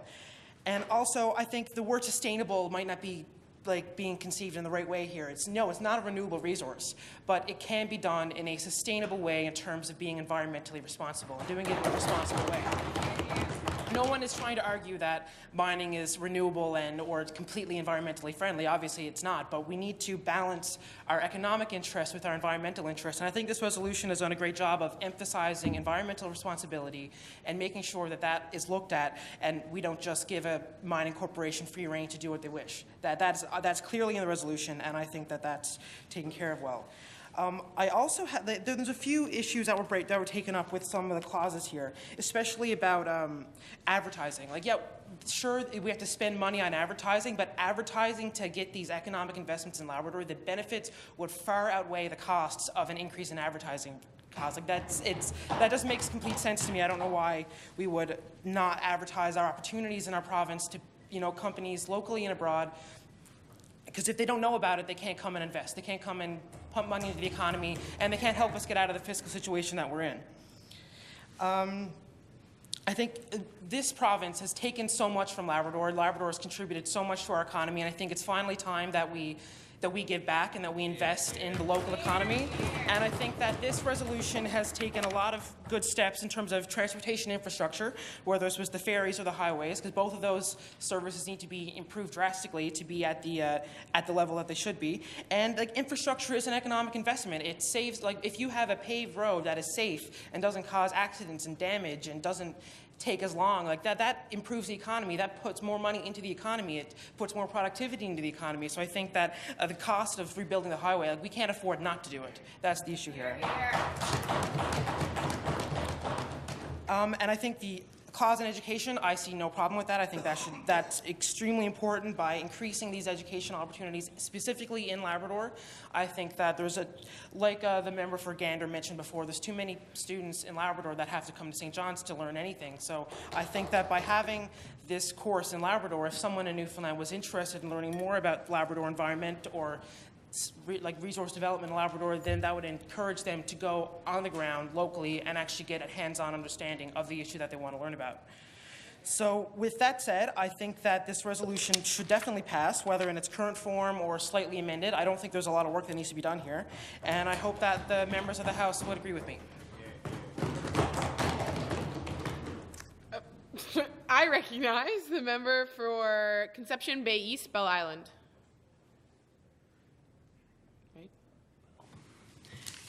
Oh, okay. Thank you, Madam Speaker. I'd just like to say that, personally, number 4 in this resolution, I think it's perfectly fine. Education is a very important thing, but there are some flaws with particularly 1B and 1C. In a nutshell, what I got out of it is trying to get mining companies to invest in Labrador mining. Now, this would be a good thing when oil prices, commodities prices were higher, but just like to point out that because of the sudden downturn in commodities prices, particularly iron ore, mining companies do not have the cash to be investing in this right now. For instance, a company by the name of Rio Tinto Steel, it has a lot to do with Labrador mining. They just had a 52% decrease in profit. Their profit margin just got cut in half. So basically, they don't have the money they don't have the cash reserves to be doing this now, but it is possible for them to do it, and that's to borrow substantial amounts of money, and that will go on their balance sheet as a liability. Now, if liabilities go unpaid, or they put it in unprofitable investments, such as this whole Labrador thing, at this present time, you're going to start to see companies go bankrupt. You're going to start to see companies losing a lot of money. Like, there's a company in the United States, Cheapskate Energy. It just invested huge amounts of money into the oil industry in the United States, and they're currently in a very bad situation. Another company, Teck Resources, invests a lot in Labrador. Their price of their stock has collapsed over 75% from last year due to borrowing a lot, investing into projects such as 1B and 1C. So they don't have cash this now, and they're going to have to inherit huge liabilities or debts to cover these costs. And if these costs don't go unpaid, or the debts keep rising, you're going to start to see companies go bankrupt, and it's going to turn Labrador into, say, a fiscal time bomb that companies are sort of going to look at Labrador and see a bad reputation for losing money. So that's why I personally feel that 1B and 1C should be amended so that it should not go ahead now, but wait until commodities prices are more stable. Maybe not now, maybe not next year, but in a few years, we personally start to see better prices rising for commodities such as iron ore. So I'm not saying that there's really anything wrong with it. I just want to see that it's amended so that like a time delay on it until that time that it's more sustainable and a profitable investment for mining companies to mine iron ore and other commodities in Labrador. Thank the member for his remarks. I recognize the member from Carbonear, Trinity Bedivert. Thank you, Madam Speaker. My biggest problem with this bill is that it grossly underestimates the potential of Labrador. We talk about investing heavily in mining, which is a commodity that's very high risk, not exactly sustainable, especially in the world's economic situation today. We got to look at Labrador as not of a land of minerals and iron, as a land for tourism, as a land for potential for economic development in like green energy production and whatnot. Mining can be a great boost to the situation in Labrador, but not at its current time. In the future, perhaps, but right now we should be focusing on other things. Tourism, like I said, is a main one, and that's that. Thank you. Thank the member for his remarks. I recognize the member from Lake Melville. I just wanted to say, because this is my home we're talking about, I just wanted to say that if this does go ahead, because I disagree with the first two,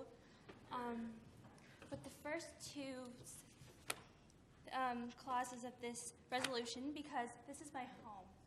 It's a land of beautiful scenery, and if there's mining, and if there's stuff to affect the environment, if it doesn't fix it correctly, we are losing the beautiful landscapes we have for other people to see. Because but I just really don't think it's a good idea unless it's restored 100%. And also with the clause number 3 for the road from Cartwright to Red Bay, I think it's a great idea. It's very dangerous. It's beautiful down there. I have so many amazing memories of going down on that road, going to Blanc-Sablon, going to Lanticlaire, staying at hotels there, on my way to Newfoundland, and I have seen so many beautiful things. And I think that a road there would make the drive so much easier. So, yeah. Thank you, member, for the remarks. Okay, I recognize the Minister of Finance. Thank you very much, Madam Speaker. So there's a couple of things that have been mentioned about this resolution that side government just wanted to clarify on. They're specifically actually from the critic's speech herself, but there's other things as well. So there's been conversation from a few people, not a whole lot, but from the opposition specifically, about the expectation that putting money in this would take money away from other things, and that it's a bad idea because, you know, we could use it for other ideas. I mean, in Youth Parliament, we usually don't focus on those kind of arguments, but I'm going to talk about the necessity to invest in people specifically in Labrador. Something that is a great need is work. Especially in Western Labrador, when we have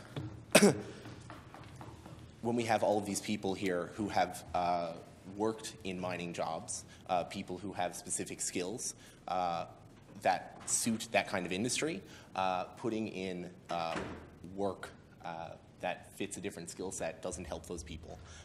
You then push them to still work in minimum wage jobs or whatever happens to be available. Building a random economy doesn't help. We need to make it fit the skill sets of the people we're trying to help. So that's why we focused on mining. That's one of the main reasons. So I wanted to talk about that. So another thing that was mentioned quite a few times was the idea of 1A, something that the critic called taking money away from Aboriginals. Sorry, taking land away from Aboriginals. So we don't see it that way. Side government is actually facilitating discussion. These are unsettled land claims that we want the people in the region to have a say on what happens in the region they want to claim, right? So, I mean, we're making it easier for this conversation to occur. We're making it easier for them to have a say in how their economy works. I think that's a very important thing for governments to achieve in Newfoundland and Labrador. All right. So,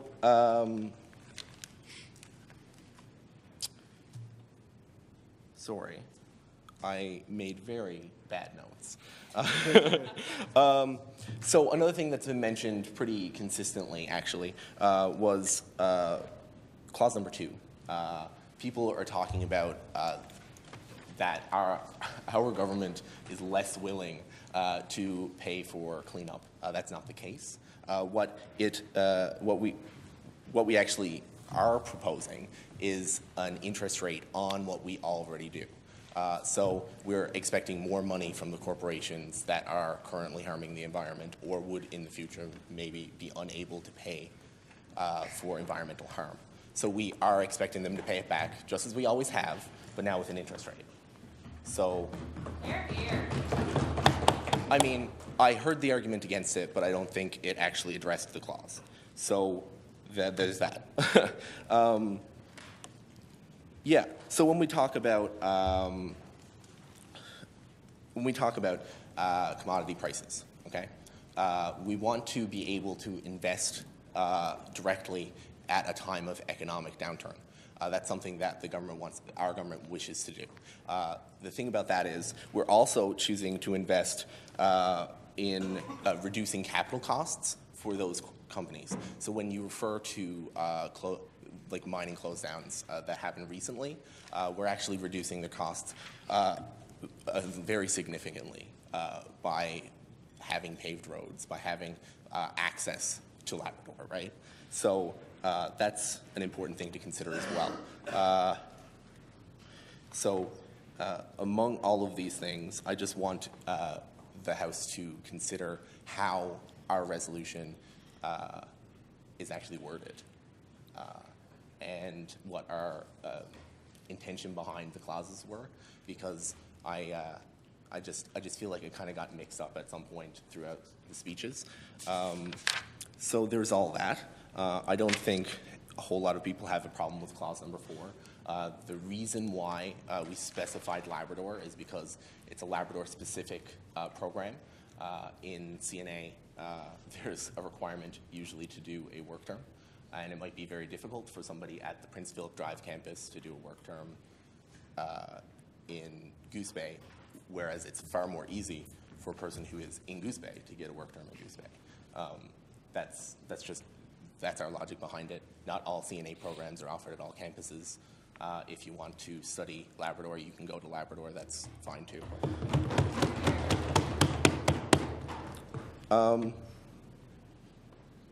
And like number 3, you know, I don't think there was a whole lot of problem with it. I love it. I think it's exceptional for all kinds of economic growth. It's not specific to mining. It actually helps basically any kind of economic growth in the region because it reduces costs for like shipping to any kind of industry. So that's really helpful. I noticed the critic agreed with us. I noticed that a lot of the backbenchers agreed with us. So I'd like to see that continue. Yeah, so I'd like to let everyone else start talking on this because it is a really interesting resolution, and I'm glad that the debate has like very clearly defined two sides. But, I mean, a lot of the arguments against it are amendable. I hope that people are open to doing that if they so choose. But, I mean, a lot of the problems that people seem to be thinking of as like a sinking hole or something, it's an easy fix if you want to do it that way. So, get right. I thank the minister, and I recognize the member for Humber, Bay of Islands. Thank you, Madam Speaker. I would like to address the fact that the minister states that 31% of our GDP comes from mining and oil industries.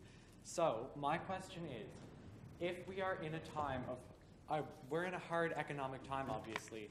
So if we know that the prices of these commodities have gone down extremely, like to extreme lows, why are we investing more into mining and oil in Labrador when we know that we are likely not going to be getting the benefits from these commodities that we could from investing in things like green energy? Those are the things of the future, the things that we need. Order,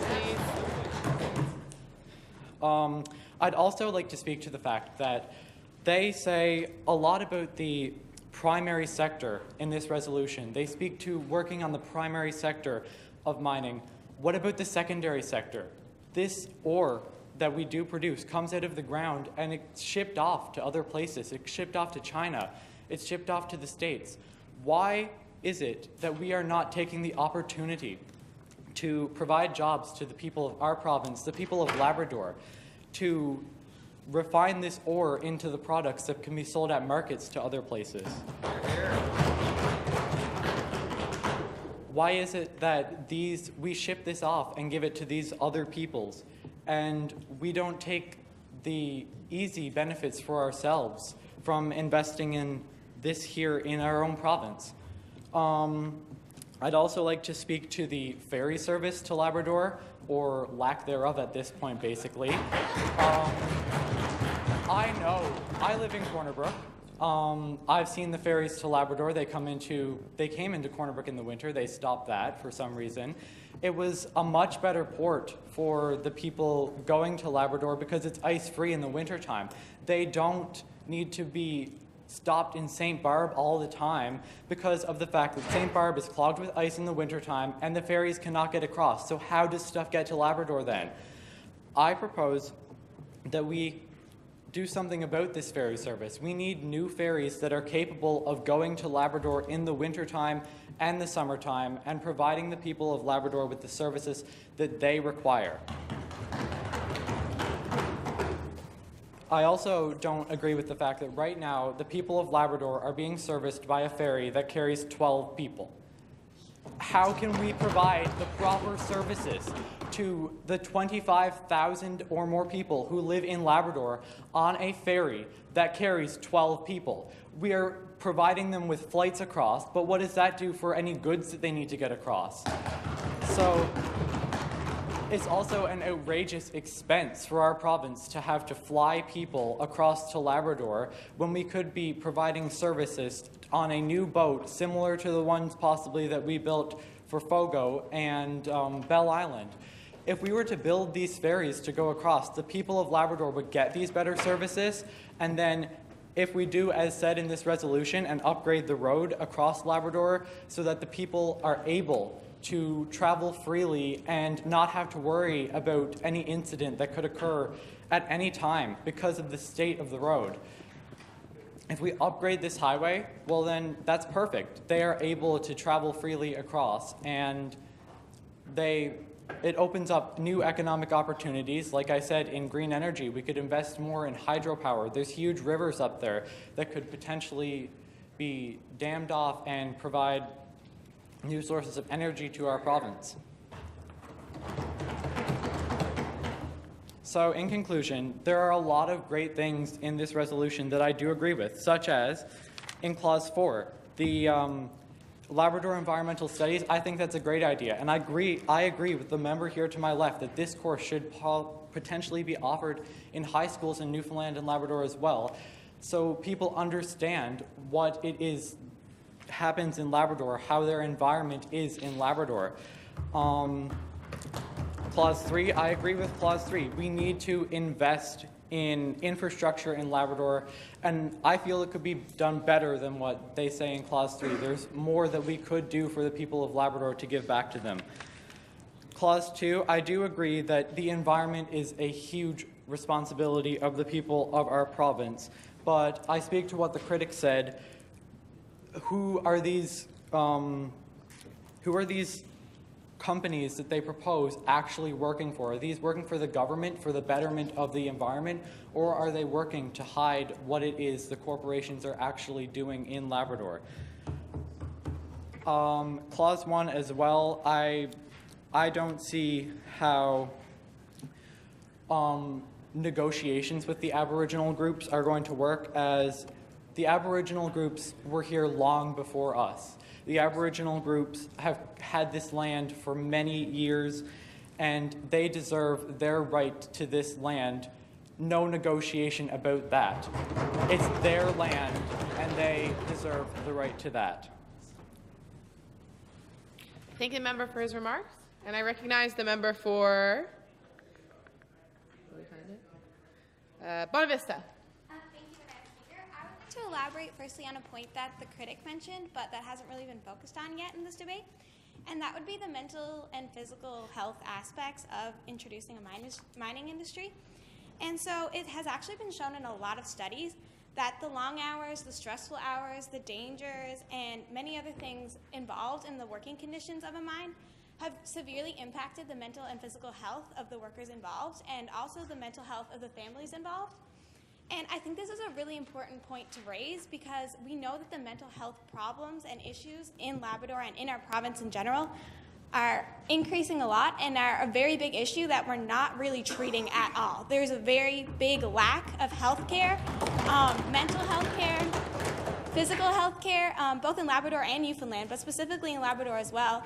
And these problems need to be treated. And in fueling, we're basically funding, this resolution considers that we financially fund the mining industry, and that's essentially financially fueling a problem that already exists and that our economy is not treating financially either. So, and in the situation that has been brought up, in this economic situation right now, Madam Speaker, the prices of oil and minerals are down a lot, which means that it's a financial risk that is being taken in exploring this right now. And I don't think that's a risk that needs to be taken, because there are other opportunities to increase job employment, to increase the economy, to fuel tourism and other things in Labrador. And in financially funding mining right now in here, the financial risk that we're taking is also going to create more debt and perhaps more mental health problems that will create even bigger debt, because we're not able to financially afford the mental health care involved in this. And so why is that risk being taken where we can go other routes that don't have financial risks involved, or that we can actually see a result?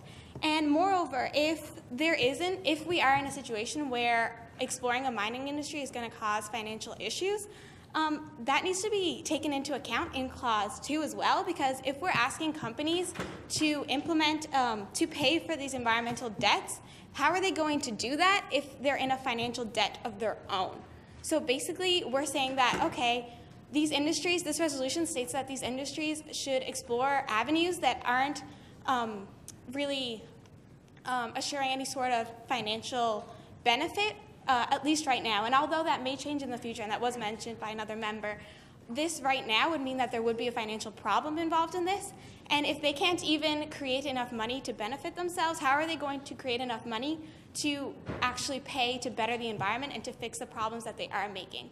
So I think overall, just funding in mining industry is not a positive thing. It's going to increase issues in mental health and physical health that we're already having a huge trouble treating and affording to better.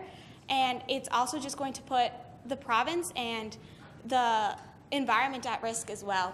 And I think that there are a lot of other opportunities in which we can use to better the job employment, to better the economy, and a lot of other avenues that we can explore, including green energy, tourism, other things that have been mentioned.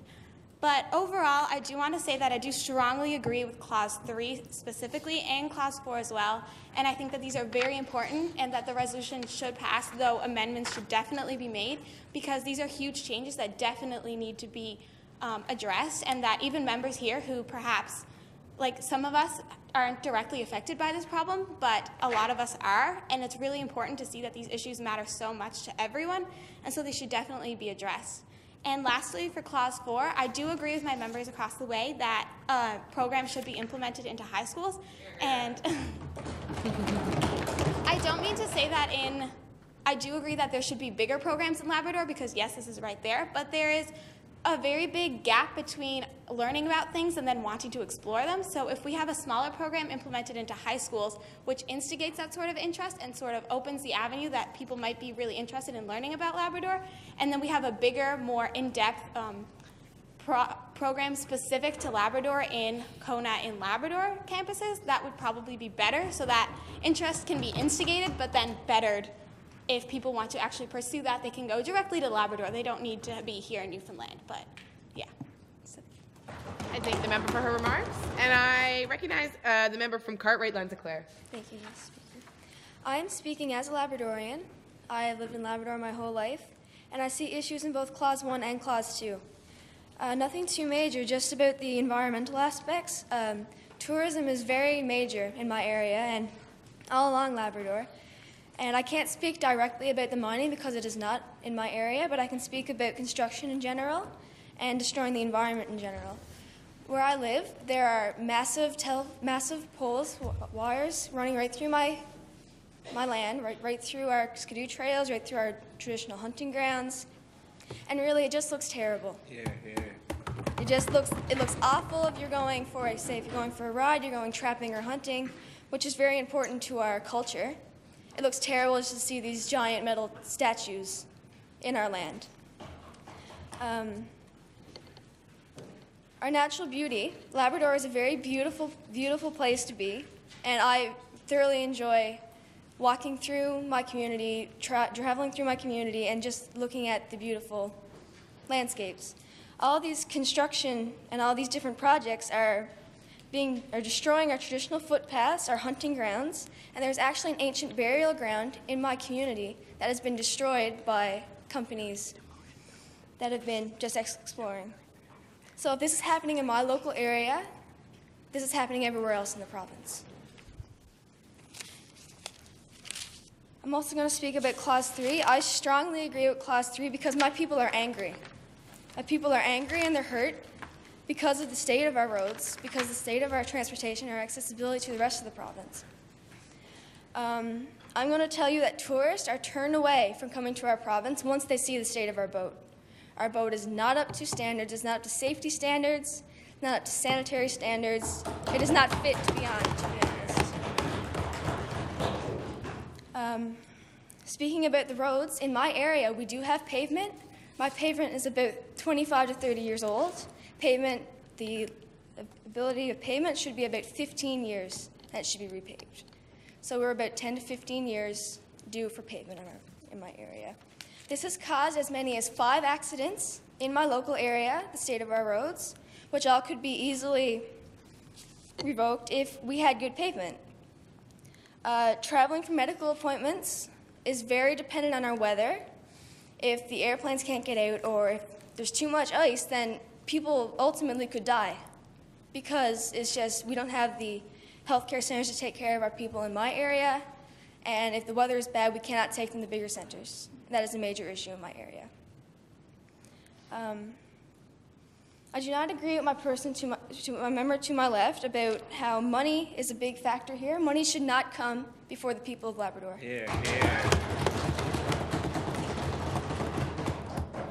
People in my area, my people, feel like they're not cared for and feel unequal to the people of Newfoundland.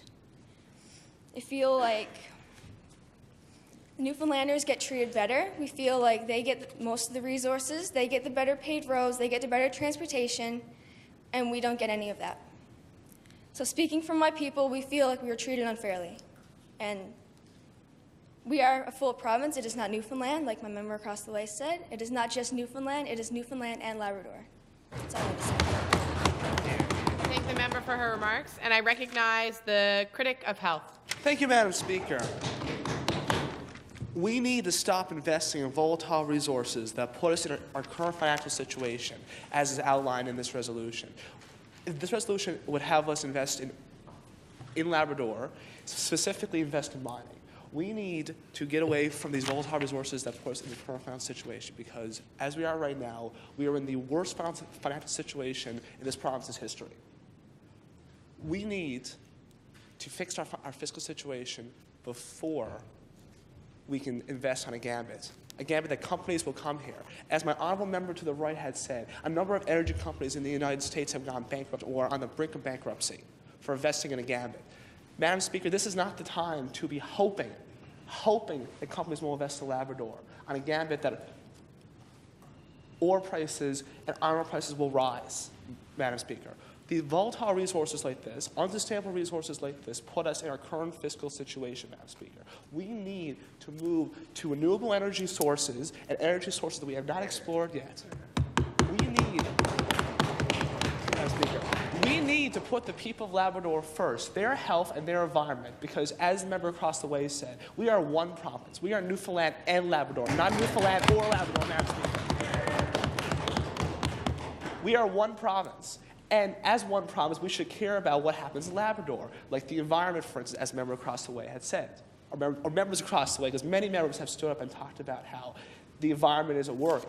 The beautiful sceneries and the beautiful landscapes of Labrador are a tourism point for this province. They are points that we advertise to the rest of Canada and the world. Come here and see the beautiful big land. Thank you, Minister, for agreeing with me on that point. Madam Speaker, we need to preserve the environment in Labrador. We need to improve our fiscal situation, Madam Speaker. This resolution, I firmly believe, does not improve our fiscal situation, Madam Speaker. It's a gambit. It's a gambit. Volatile resources put us in our current fiscal situation, Madam Speaker. Why are we going back? Why are we going back to the beast that put us here in the first place, Madam Speaker? Because that is what the government is proposing we do, Madam Speaker. It's proposing risky fiscal, it is proposing risky investments, Madam Speaker, investments that, Madam Speaker, I'm just going to be blunt, that I do not think is going to bring much to this province, aside wasting money that could be better spent in other places. It better spent on improving the highways in Labrador, Madam Speaker. Madam Speaker, before we talk about risky gambits, we should talk about promises this government, or promises that previous governments have not made to Labrador, like finishing the highway in Labrador, Madam Speaker. We need to invest more money in finishing the highway and improving areas of Labrador that have been left untouched by the government in the last 30 or 40 years, Madam Speaker. We need to improve Labrador. We need to improve... Are you agreeing with me? I mean, like you're tapping the table. Are you agreeing Order, with me? please. Please don't speak directly to members. Sorry, Madam Speaker. In conclusion, Madam Speaker, I agree with a lot of honourable members of this House. Many great opinions and many opposing opinions have been put forward, and I'm happy to see the discourse in this House, Madam Speaker. A lot of discourse today. Like, this is a good resolution to talk about different opposing interests and different ideas and different ways you can see things, Madam Speaker. But in conclusion, we need to move away from volatile resources that put us where we are right now. We need to worry about Labrador's environmental and the health state of the people of Labrador, as a member across the way had said.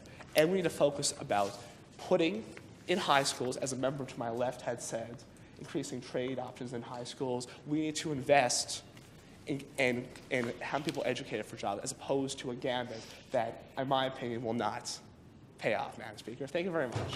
Thank the critic for his remarks, and I recognize the member for St. George's Humber. Okay, thank you very much, Madam Speaker. I've been getting myself all worked up trying to get up to speak about this. I want to talk to you guys now about 3 different things. So I want to talk about costs, specifically about Clause 1 and how that would affect the cost that this government would end up putting into mining.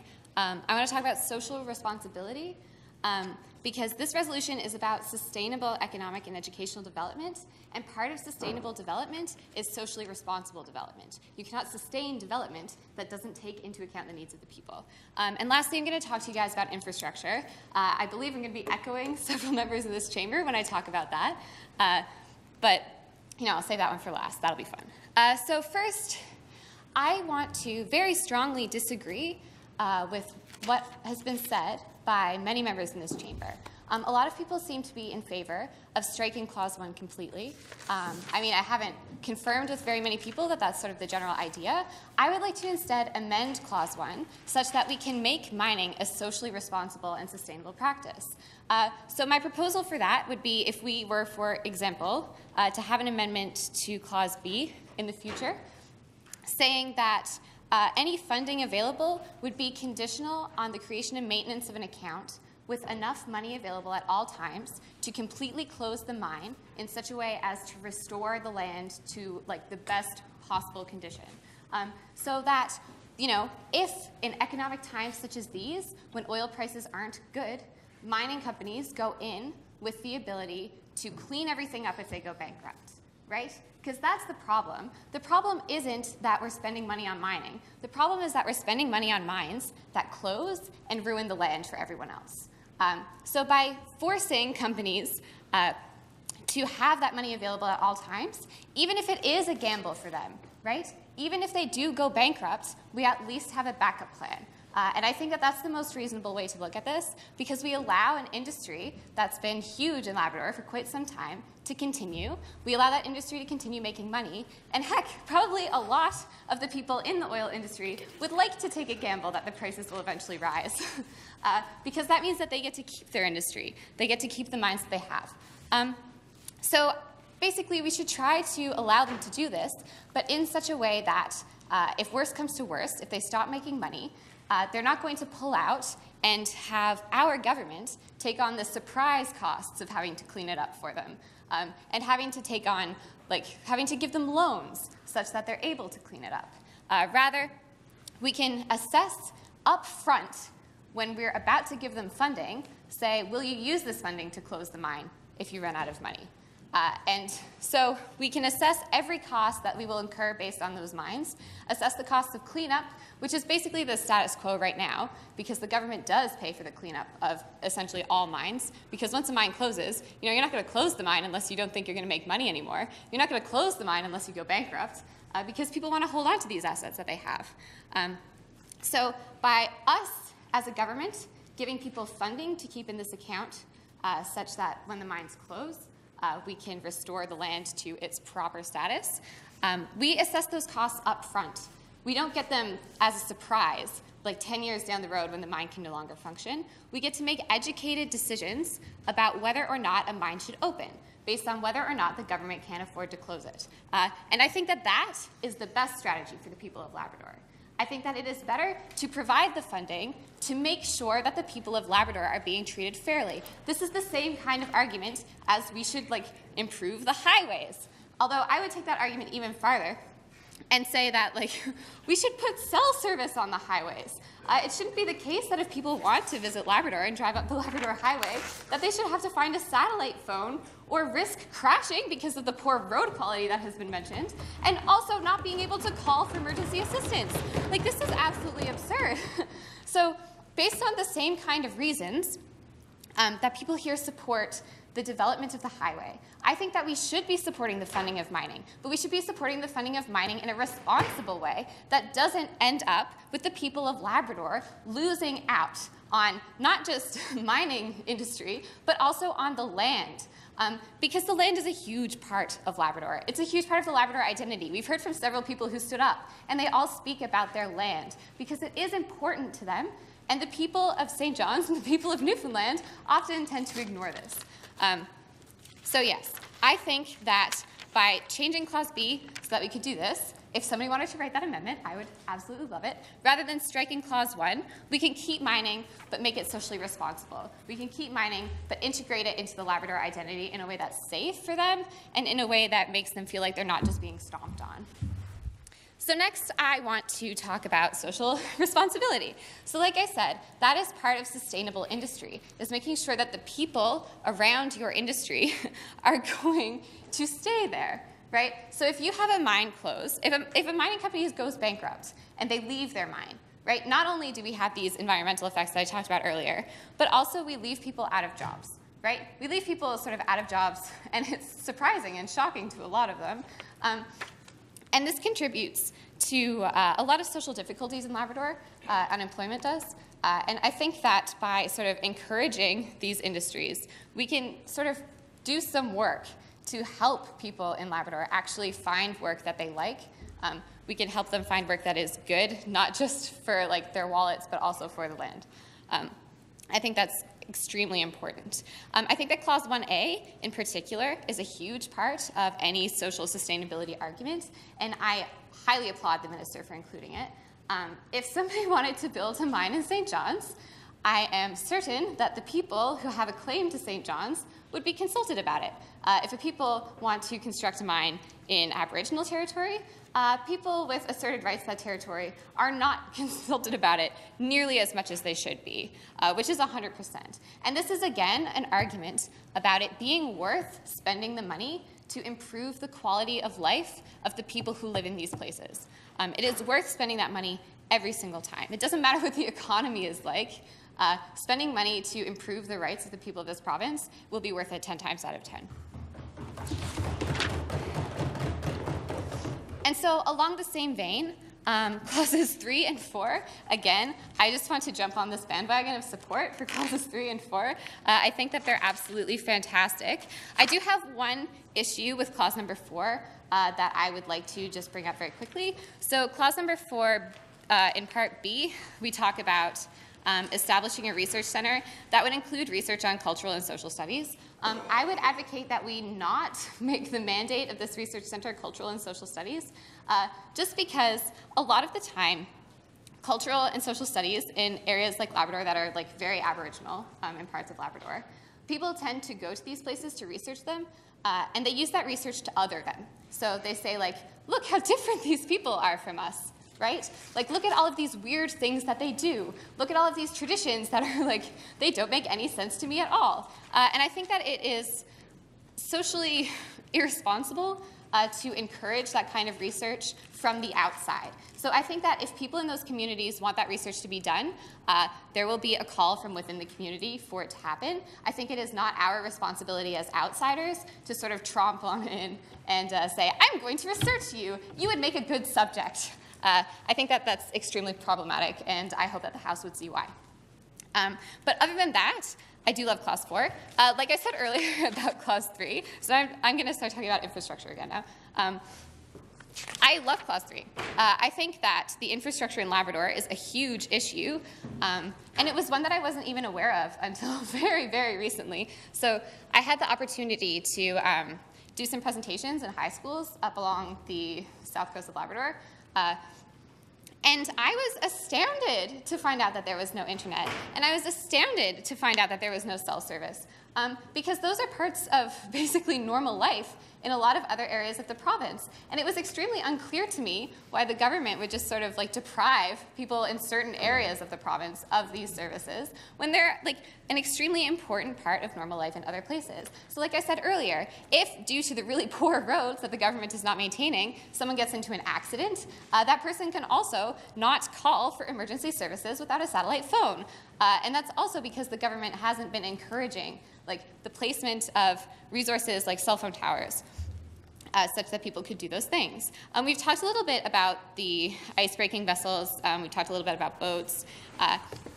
And I mean, I sort of just wanted to say that I know that some people get, and I don't even really think it was anybody in the House that has said this, but there are people who get a little bit worked up when we talk about putting money into boats. But without those boats, what would we do? It's not like we can make everyone fly to Newfoundland every time they had to come here. I think that we need to put more money into keeping people happy, keeping people safe, and we can do that by keeping Clause 1. Thank you. I thank the member for her remarks. I recognize the member from St. John's Centre on a motion. I motion to bring forth Amendment number 1. Do you have a seconder? Seconded by the Honourable member from member for the District of St. Barb Lance Meadows. Okay. To motioning to open debate. To motion debate on Amendment number 1. I believe you have a copy. Yeah. Would you be able to read that out? Okay, so this is our first amendment that is tabled. So what happens now, it's really important for you to know some rules about amendments. So like I said earlier, we only have an entirety of 3 hours of speaking time on one resolution. We can only debate amendments for a total time of 40 minutes. So we can only ever debate 2 amendments on any given resolution. So what we're going to vote for right now is I'm going to read out the amendment, and then we're going to vote. We're going to move into a division of the House, and we're going to vote to open debate on this amendment. So this is not an acceptance of the amendment. It is just opening up the debate, the discussion, to talk about the amendment that's present. So if this passes, then we can only debate on 1 more amendment because there's a maximum of 2 amendments per resolution for this resolution. Does everybody understand? Just nod your head. Perfect. Okay, so the amendment is as follows. Amendment number 1. 1, strike clause 1. 2, amend clause 4A to become an environmental studies diploma instead of an environmental course. 3, amend clause 5 to add the following. F, Todd Russell, president of Nunavut. G, Anastasia Coopy, Grand Chief, Innu Nation. H, Yvonne Jones, MP, Labrador. I, Randy Edmonds, MHA. J, Graham Leto, MHA. K, Perry Trimper, MHA. L, Lisa Dempster, MHA. So now we move into division of the House to open debate on amendment number 1. All those in favor of opening debate on amendment number 1, please say aye. Aye. All those opposed, please say nay. Nay. In my opinion, the nays have it. We're back into debate on the resolution. So, seeing no members rise. Yes. I recognize the member from Fogo Island, Cape Friels. Thank you, Madam Speaker. I would just like to start off by saying that I'm so happy for all of the support for clause number 3, because I live in Labrador, and almost every summer I have to travel either the Goose Bay Road, which is horrible to travel on when half of it is not paved, or the other way, which takes twice as long.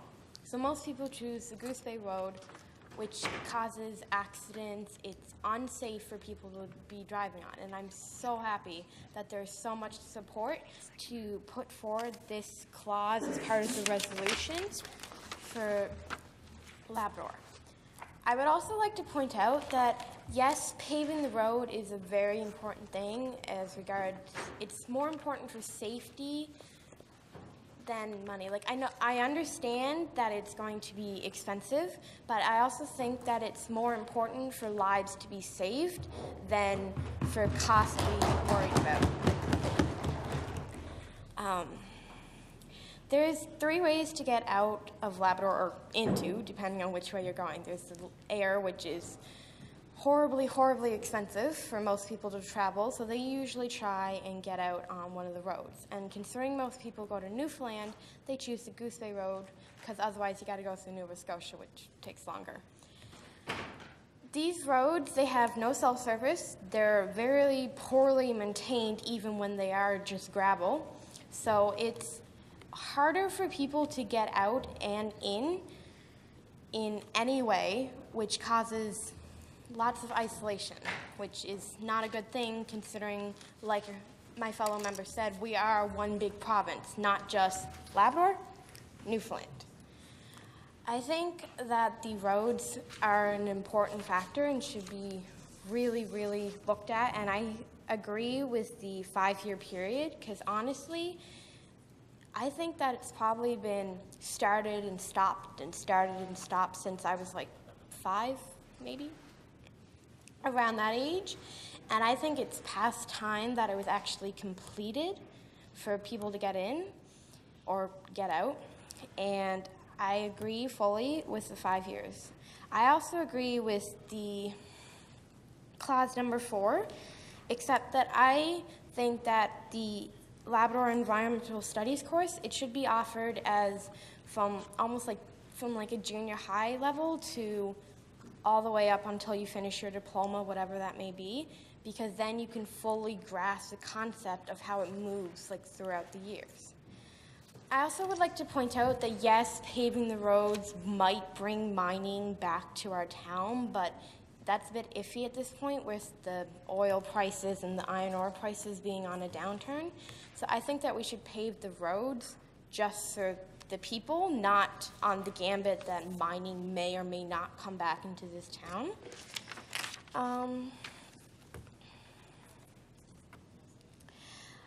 I'm not fully agreeing with clause number 2. Like, there is some really good points in it, but I do disagree with the fact that the development of a website to exclusively list and showcase eligible consulting. That's not really I don't think it should be a thing that should be debated or put in a resolution, because honestly, if someone wanted to make a website, they could make a website.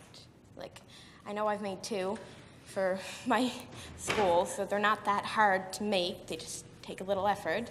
So I think that if someone actually wanted to take on the job, they could. They didn't need to pass it forward and make the government always do it, because government is usually pretty busy. For the clause number 1, I agree with, well, she's not here right now, but the member of St. George Humber, with not striking it completely, but changing it so that it benefits more people. Like, I know when Wabash Mines shut down in our town, it's just there. There's the tailings line, there's the spots where they were digging, but there's nothing else. There's nothing that can grow there, and there's just a lot of ruined land. And I think that changing it to make sure that they have to restore the environment that they started to tear up is a really good idea.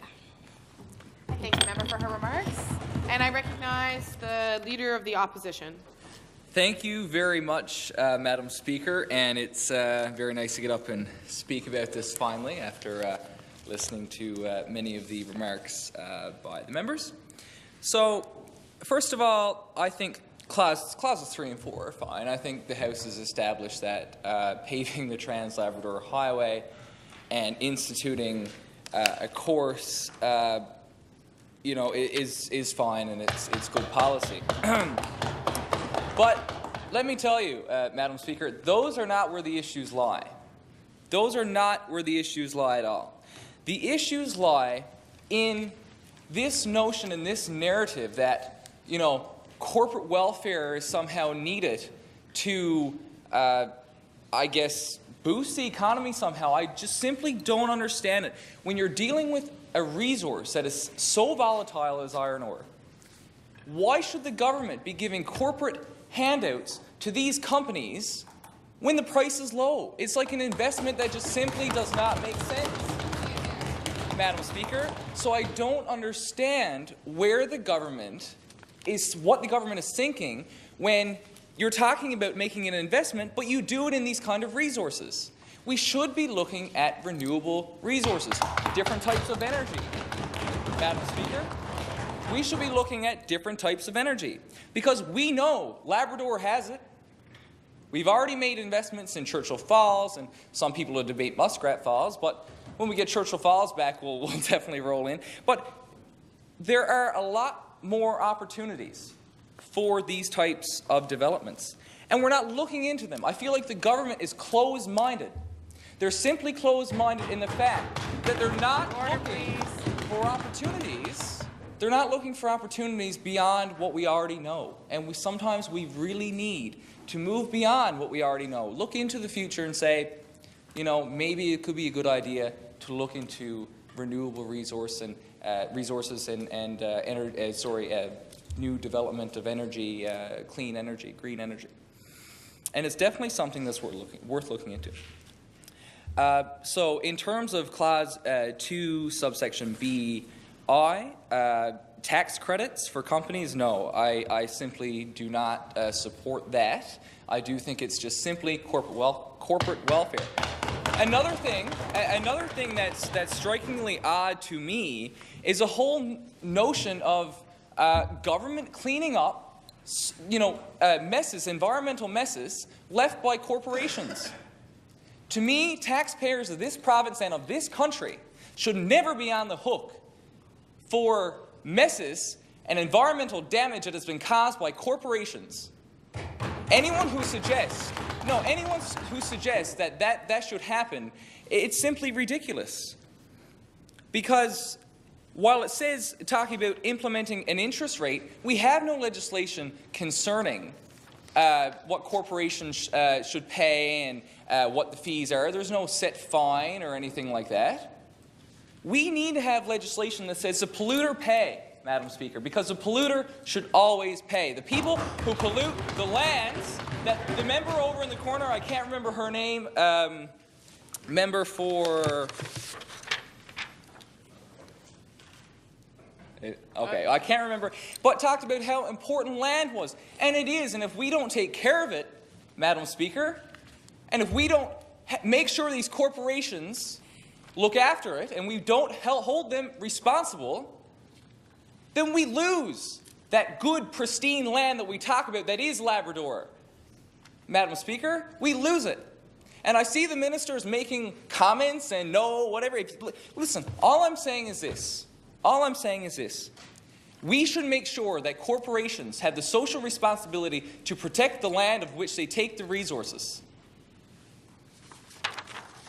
Now, Madam Speaker, the whole notion of, as well, tourism. I totally agree with everyone who talked about tourism. Very important for Labrador. But how is tourism going to work if you pollute the land and you don't make the investments in infrastructure that we've talked about? That's the way to development, Madam Speaker, not by giving tax credits for companies who are investing in volatile resources, as we previously talked about. We need that infrastructure. And I guess I just wish the resolution focused a little more on that, because the members from Labrador here and other members in the House have outlined clearly that the infrastructure deficit in Labrador especially is large, whether it be the ferry, whether it be, as the member, I can't remember the district again, they're all mixed up, said about no cell phone coverage and stuff like that is simply not good enough. That's where we should be focusing investments, Madam Speaker. And for members of side government to, suggest, sure, invest in these resources is just simply not enough. It's simply just not enough. And I'm very concerned. And it's, we, again, like I said, we fully agree with Clause 3 and 4, and parts of these clauses are good. It's just that the core narrative that, corporate welfare and not looking into anything beyond what we already know, it worries me. And it worries me that we're leading to a very dangerous path. A very dangerous path. Because even now with the low commodity prices, everyone's talking about diversify the economy, do something else. We haven't talked about the fishery yet in Newfoundland and Labrador, sorry. Order, please. Madam Speaker. And actually, I thought the member for, I think, Lance Meadows, I thought, a good friend of mine, a lot of respect for, I thought he might bring up something on the fishery, but he didn't. But that is, as well, a primary resource that we have not discussed here today. And I do think is a key to the future success of Labrador. And we haven't even discussed it. So we haven't talked about supports for the fisher people of the South Coast and coastal communities of Labrador, Madam Speaker. We haven't even discussed that, and it worries me because, again, we're looking at one thing. We're looking at mining. Fine, but that is one area of the economy of Labrador. One area. And we have seen the drastic effects, and this province is feeling the drastic effects that you feel when you invest and only focus on one area of the economy. And again, we're doing it again here today. And it's very disappointing. We're doing it here again today, and we're not looking beyond it. So I encourage members to think about those other types of resources, because they're out there, and we need to take advantage of them. Because we see the effects when we don't, and we see the effects when we have a one resource-based economy. Because this is what this province has lived for the last 10 or 15 years, and it's simply not good enough, as we see now in our tough economic situation. So with that being said, I'd love to see some amendments. I have great respects for the minister and the ministers, I'll say, and the premier, the government in general, and I don't think they were in any way, meaning anything bad by not including these things. So I'd love to see some amendments. There's definitely some good parts, like I said, Clause 3 and 4. But we do need to focus on different things, and we need to look at how to fix Clauses 1 and 2. With that being said, I encourage all honourable members to look through the resolution again and consider what you've heard and get up and speak about it. Thank you. I thank the member for his remarks. I recognize the member for Torngat Mountains. Thank you, Madam Speaker. So I wish to speak today in favor of this resolution, and I also wish, because I believe that there are a number of very profound misunderstandings that seem to be going around this House, and I believe that the Leader of the Opposition in his speech just then sort of named them all. So we'll begin with a statement that he made, which was, this is an investment that simply doesn't make sense. And I think we should put more consideration into this.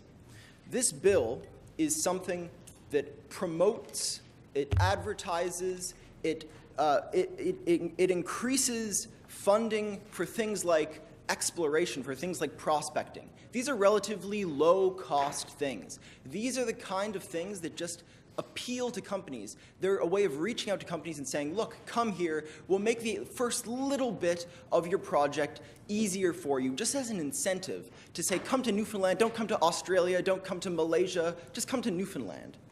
And so, and then, you know, what we have, if this succeeds, if this little incentive that's fairly cheap succeeds, we get a huge payout. We get the kind of payout that built Lab City in Wabush. We get the kind of payout that funds, as the honourable member noted on the opposite side of the House, I forget his district, but it brings in income through income tax. This is not just government creating jobs. This is not just you know, some kind of big Keynesian project. This is a way of bringing new money into this province, lots of new money, and into a part of this province that is very economically deprived. And that is much more important. And so what we also see is spin-offs. We see an enormous number of spin-offs whenever we have a natural resource project in any part of this province or of this country. We see people, when they have more money in their pockets, are able to go and they're capable of buying more things from stores. They're capable of purchasing new properties. They're capable of investing in their communities, of starting up new businesses. This is what happens when you have money, when you have new money in people's pockets. But that's only going to happen if you have a big resource project, something like a uranium mine or a new sort of iron ore mine. And I'm going to address the idea of commodity prices falling, because this has been spoken of. And yes, it's true, commodity prices have tanked. And I'm quite confident that the honourable member is correct in saying that Rio Tinto and these other big mining companies, right now, their profits are being dug into. But these guys have seen that before. They're giants. They know how this business works. You know, the last time commodity prices tanked, Rio Tinto didn't go bankrupt. These companies don't go bankrupt because they plan for low commodity prices. They plan for high commodity prices. They've already acclimatized to this. It isn't like the price of oil, where we might see that it's supply-driven. This is demand-driven. This is largely driven by the demand for commodities, iron ore, coal, other of these sort of natural resources, these minerals, in developing countries. And yeah, maybe there's a bit of a downturn going on now, but we know that's going to end. And when it does end, we want to have these people here in Labrador, and we want them to be selling Labrador ore and Labrador uranium, and Labrador nickel to the global market. That's what's going to feed countries like China and Turkey and Indonesia and these growing markets. That's what we need. We know that those economies are going to recover. We know they're going to demand these things. The price of iron ore and other commodities, they're going to go up. We know they're going to go up. So let's not act like it only matters in the short term. What the Honourable Leader of the Opposition was saying was an almost purely short-term analysis. He was saying, oh, we're strapped for cash now, so we can't afford this little investment. Because we're so strapped for cash, and we know that right now the prices are low, so we shouldn't even look at it. Well, I think we as a House should have a more long-term perspective. You know, when we began planning for Hibernia decades ago, people said, "Oh, that's unfeasible. That's so unfeasible. It costs so much money to get oil out of the North Atlantic. We're not going to make any money off that at all." 2003, 2004, we get a massive windfall. This is the kind of long-term thinking that has brought prosperity to this province. And I find it very interesting when people, such as the Honourable Leader of the Opposition, talk about diversifying the economy and its importance. I agree with him. I think we all agree that a diversified economy is important.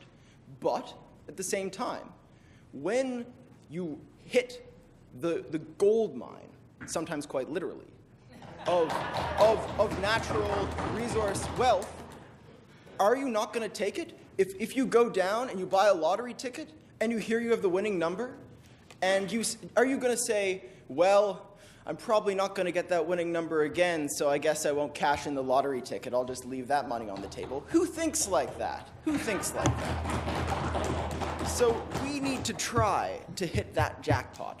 We need to take this minor risk. And trust me, this is a lot more surefire way of making money than buying a lottery ticket. And so that really concludes whether the investment makes sense. It does. It makes a great deal of sense. Please think long-term on this. The second thing I want to talk about is corporate welfare. We hear the Leader of the Opposition speak against corporate welfare. I agree. Corporate welfare sounds kind of bad. We don't want to give those people money. But at the same time, you have to think about what makes Newfoundland and Labrador competitive as a jurisdiction against other jurisdictions that have lower operating costs, jurisdictions that are easier to access, ones that actually do have massive tax breaks for corporations. We live in a world of competing jurisdictions. They all want the attention of big companies, and this is simply a reality. And so we can either play that game, try to get ahead, try to make jobs for Newfoundlanders and Labradorians, or we can take a kind of moral high road and say, well, I don't want to spend $10 million that might make corporations happy, so it looks like a few hundred people aren't going to get jobs this year. We don't want to take that approach. We certainly don't. We need to realize that competition with other jurisdictions is necessary, that we have to have something that makes us more appealing than, say, Australia or Malaysia or these other major sources. And so that's what it might have to be. This just small investment of saying, come to Newfoundland and Labrador. We'll help you negotiate with our Aboriginal peoples if that frightens you. We'll help you negotiate. We'll help you explore for minerals. We'll do that for you. Just please consider it. And that goes a long way. It really does. So this isn't some kind of massive giveaway to evil, faceless corporations. This is the kind of thing that benefits Newfoundlanders and Labradorians in the long run. It helped us out with Hibernia, it helped us out with White Rose, and those were boons to this province's economy. So please, once again, I say, think long-term, support this. And hey, if we get this big windfall from natural resources, maybe we will be able to fund a much better Trans-Labrador Highway than we could have before. And with that, I believe, I will conclude my remarks. Actually, no, I have a new point, and my point is about the polluter paying, and there's some confusion. There's some confusion around what Clause 2 of this resolution is all about. Promoting an accountable primary sector with a focus on environmental responsibility by implementing a rate of interest upon all environmental debts owed to the Department of Natural Resources. To me, that seems like we are making polluters pay more than they otherwise would. And I believe that is the proper interpretation of this resolution. We are making them say the clock is ticking. We're making them think that the clock is ticking on when they have to pay back.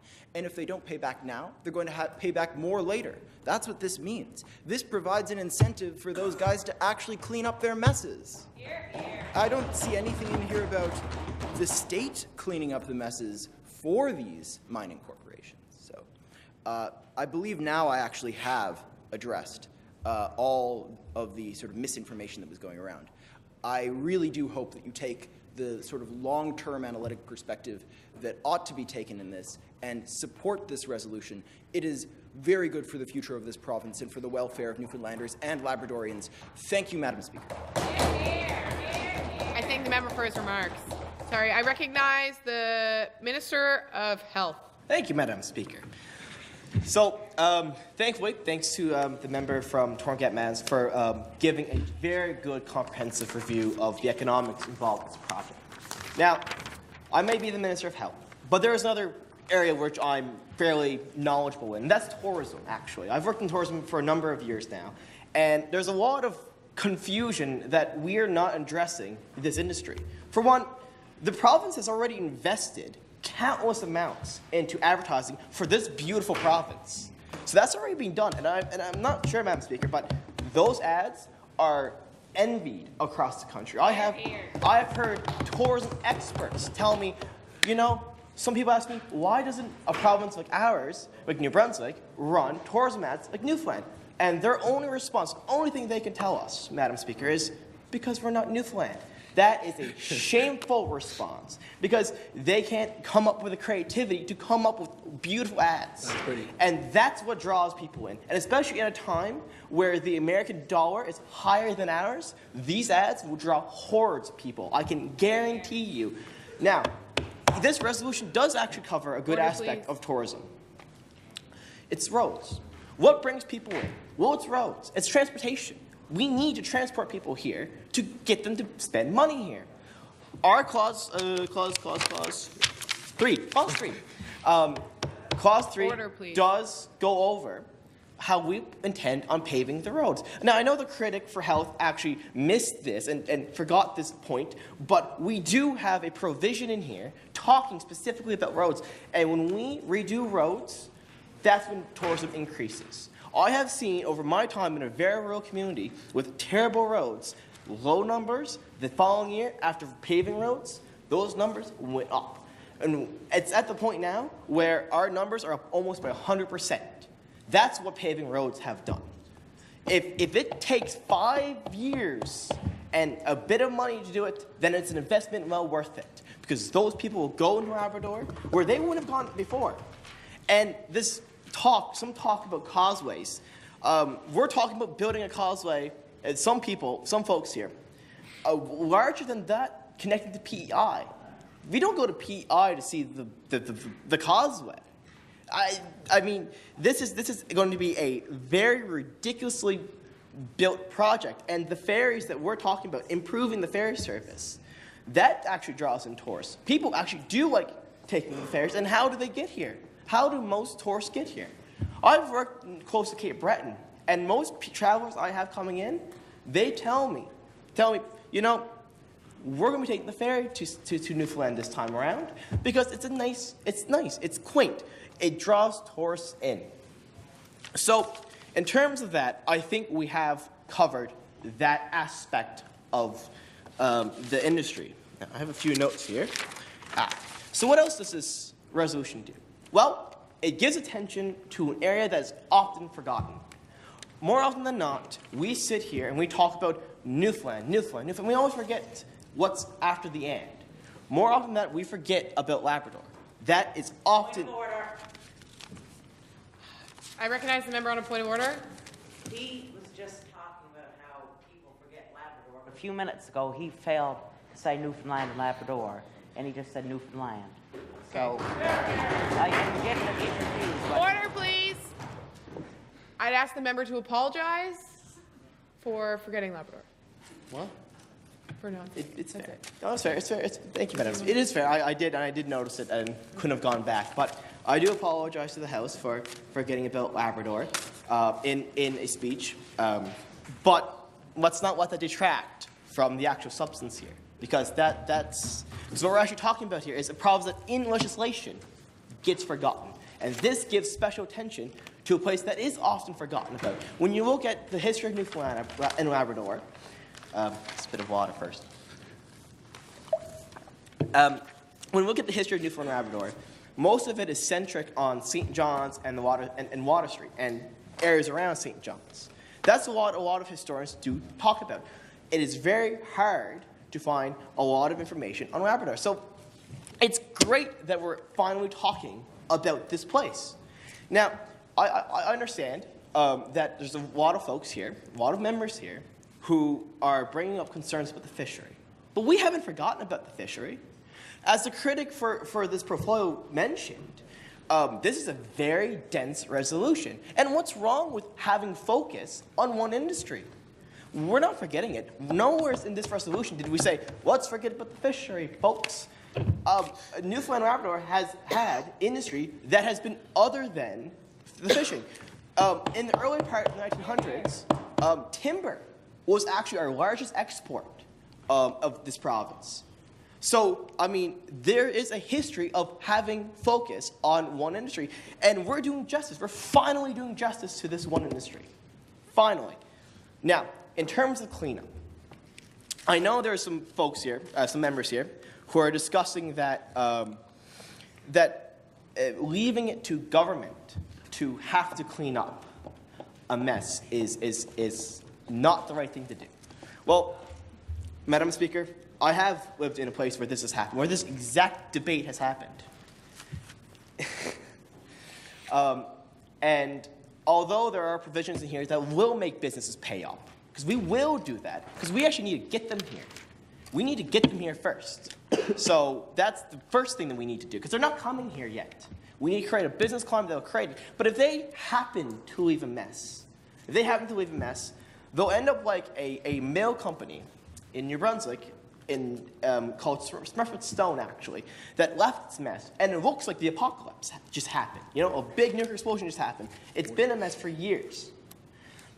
It takes government to sometimes pull up their pants, like we're doing here, to clean the mess. So, yes, there are provisions in here that will ensure, but if all else fails, it is not a bad thing for us to say, sometimes we need to act actively and clean this mess up. I don't see any issues with that.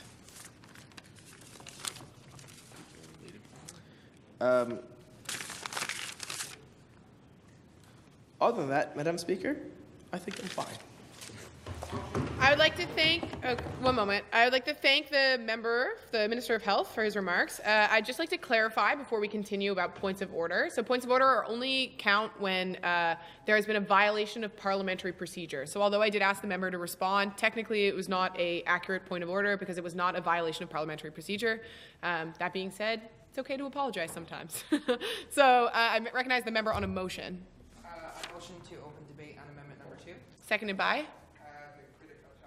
Okay. So there's been a motion to open debate on amendment number 2. I will remind you that we can only open debate on 2 amendments. So now I'm going to read the amendment. Then we will vote to open debate on the amendment. So this is not passing the amendment. This is simply opening the debate. I'm going to read the amendment. So the amendment is as follows. Amendment 2. Change 4A to read, working with local communities and groups to assist the College of North Atlantic, CNA, and high schools in the development of a unique Labrador environmental studies course. And amend clause 4II to read, this program shall be offered in all high schools and both CNA campuses in Labrador. That is the amendment. So now we're going to move to a division of the House on opening debate on amendment number 2. So all of those in favor of opening debate, please say aye. All those opposed, please say nay. Nay. In my opinion, the ayes have it. So we're now in debate on amendment number 2. Anybody who has spoken in the previous debate on the resolution as a whole is now welcome to speak again. The time for speaking is 5 minutes on all amendments. Yeah. So I will invite the member, to present the amendment. The amendment, there was also a part that you kind of missed in the amendment. Where? It talks about in the first part includes the Department of Education. I see, yeah. Because implementing courses in the high school requires the Department of Education. But I just got a few talking points, I guess, about the amendment. I mean, there was a lot of people here, including myself, that said that this environmental studies course should be included into high school, so I feel like everybody seemed to agree with me. I mean, like I said earlier, it's an important point when you're in high school to develop what you want to do after school. I mean, you have to decide what you want to do, a job or career in some form of trade or university degree. So, I mean, this was I think, important that we include it into high schools so people get the chance to decide if they want to be involved with this. And it brings awareness to everybody that what's going on around them in their communities and in their province. Yeah, I just changed for I because it just said to include the Kona campuses, so then I said to include all high schools in Labrador. Thank you, Madam Speaker. Okay. Seeing no members rise. Yeah. Question. So we now move into Division of the House on Amendment number 2. So adopting this amendment will change the resolution to adopt the amendment, and then we can also re-amend the resolution as it stands after if the amendment passes. If it does not pass, the resolution will return to what it was before we moved into debate on the amendment. So now we're going to have a division of the House. I will reread the amendment so that you can hear it with the part I missed out by accident. Okay, so Amendment 2. Change 4A to read, working with local communities, groups, and the Department of Education to assist the College of the North Atlantic, CNA, and high schools in the development of a unique Labrador Environmental Studies course. Amend 4II to read, this program shall be offered in all high schools and both CNA campuses in Labrador. So all those in favor of adopting Amendment number 2 to the resolution, please say aye. Aye. And all those opposed, please say nay. Nay. The nays have it. So now we are back into debate on Government Resolution number 1. Yes, I recognize the member from Topsail Paradise. Okay.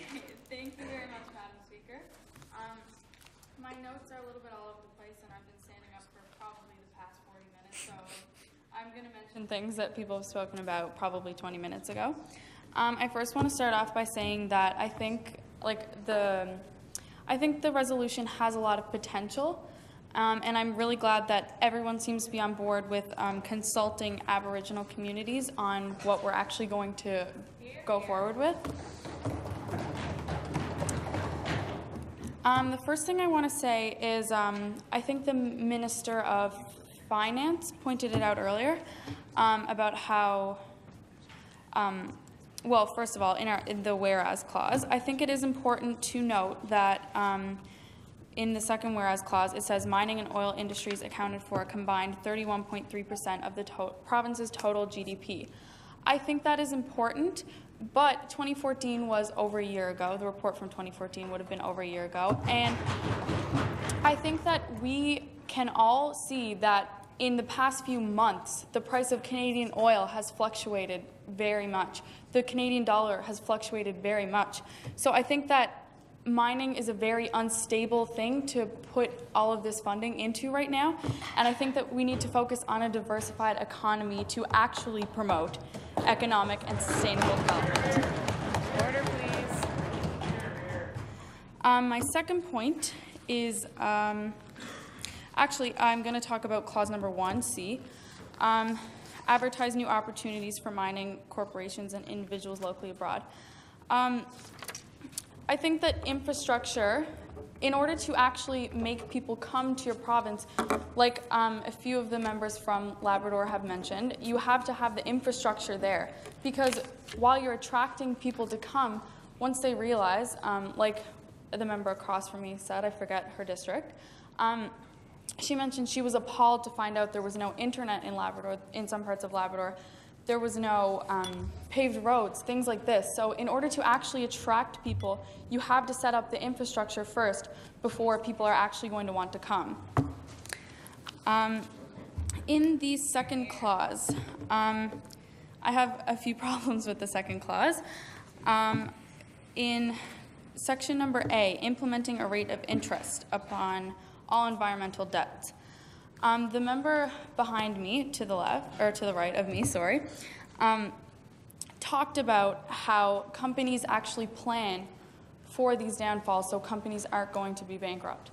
Well, I'm of the opinion that if we make the government pay for damages at first and then they'll pay it back as soon as possible, I don't think that we can trust companies to actually end up paying that debt.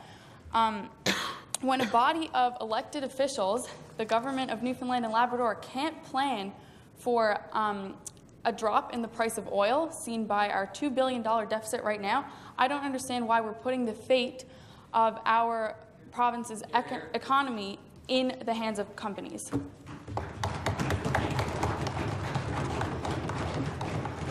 I think that if we do this, what we'll see is happen is much like the economic crisis of the United States in 2008, where all these companies went bankrupt and then the economy ended up falling because nobody was there to pay it. Their funds weren't there to pay it. On to clause number, actually no, on to B of that, encouraging the startup of local environmental consultancies in Labrador. I probably should have asked this as a point of clarification, as I'm not 100% sure what the Minister for Aboriginal Affairs meant exactly.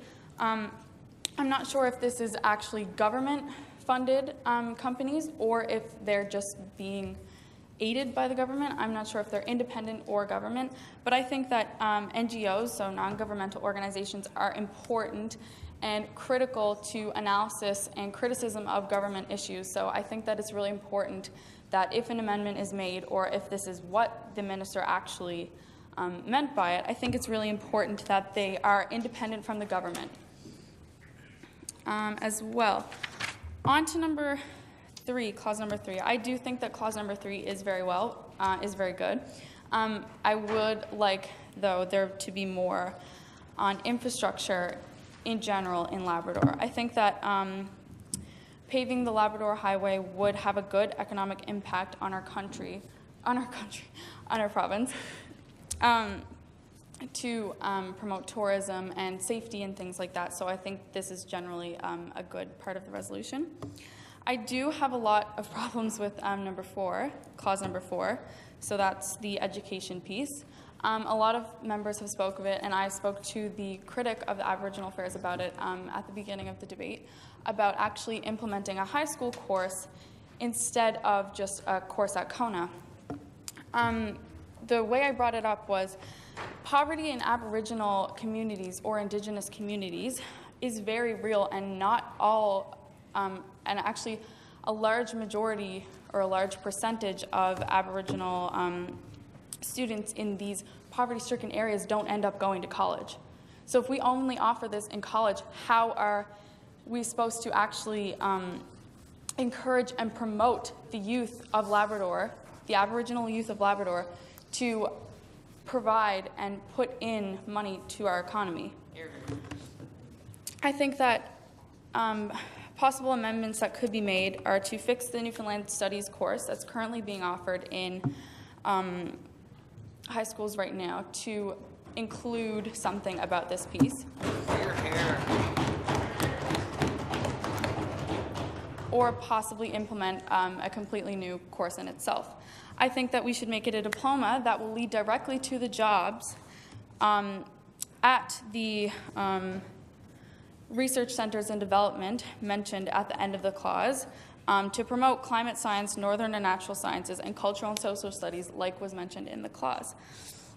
I think that in order to promote these students to end up going to college, we need to show them and set them up while they're in high school.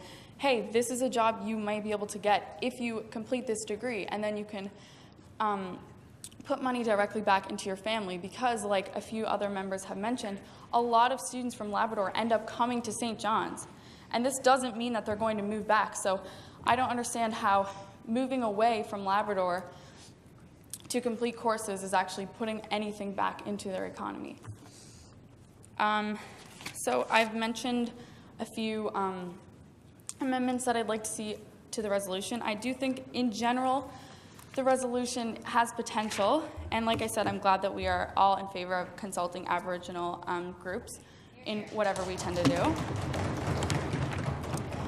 But I do think that some critical amendments do need to be made, and I don't think, like I said about clause number 2, I don't think that we should place the fate of our economy into corporations. Thank you very much, Madam Speaker. Thank the member for her remarks. I recognize the Premier. Thank you.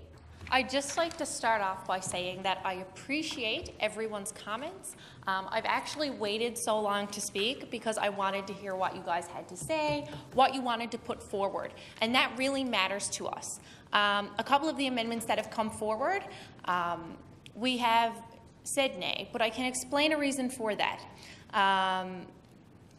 We want you to put together, if you're going to put amendments in, put amendments in that are more than just on one small detail. Go negotiate in the caucus room. If you really want to put an amendment forward, have a big, strong amendment that you want to make, because you're going to waste amendments on the little tiny things, right? So that's something that I encourage now and in future resolutions.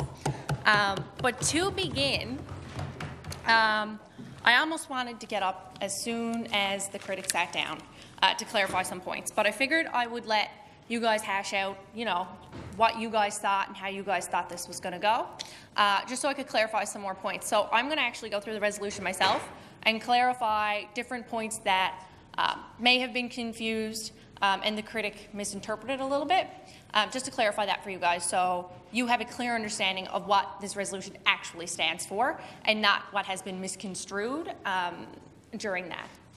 So to begin, the asserted rights, I think we're all back to understanding that asserted rights the provincial government is implementing a discussion. We're facilitating discussion with Aboriginal communities. And I think that everybody is now back around and understanding to that we are simply facilitating discussion. We are not taking the land. We are not telling people what to do. We're not doing that.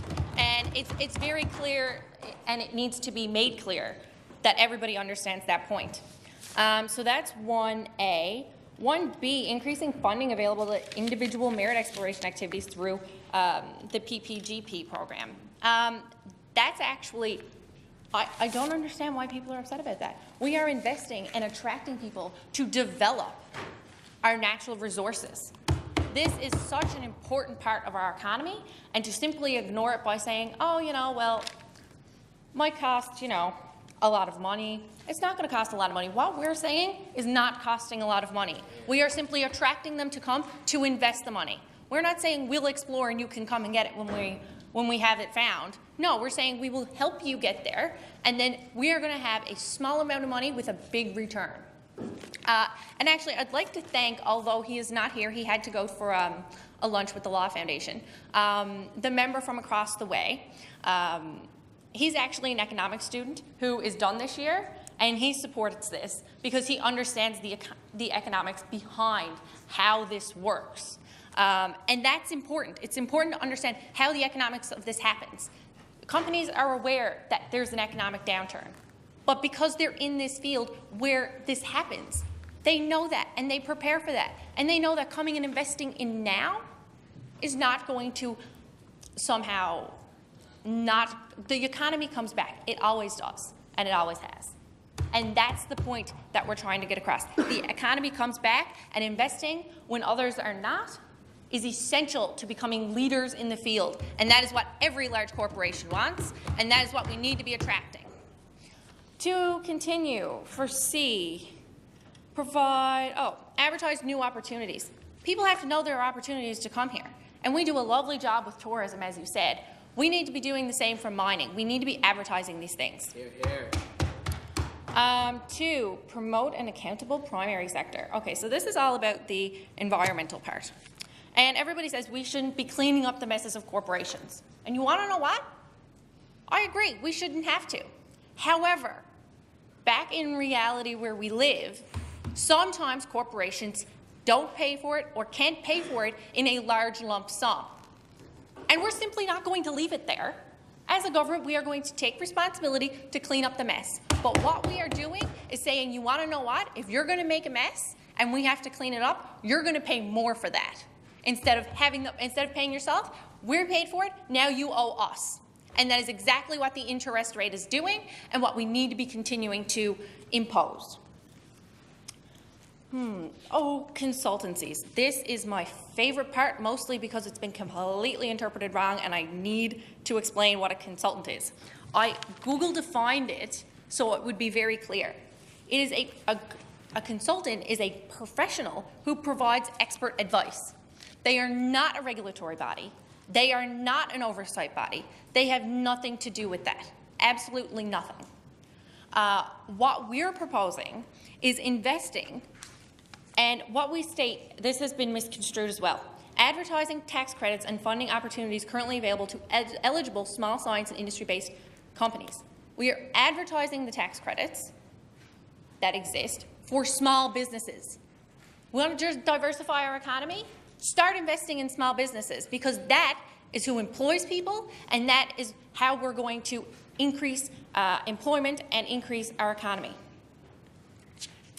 And yes, so consultancies have been addressed. They're not regulation bodies. They are not oversight bodies. They simply provide advice.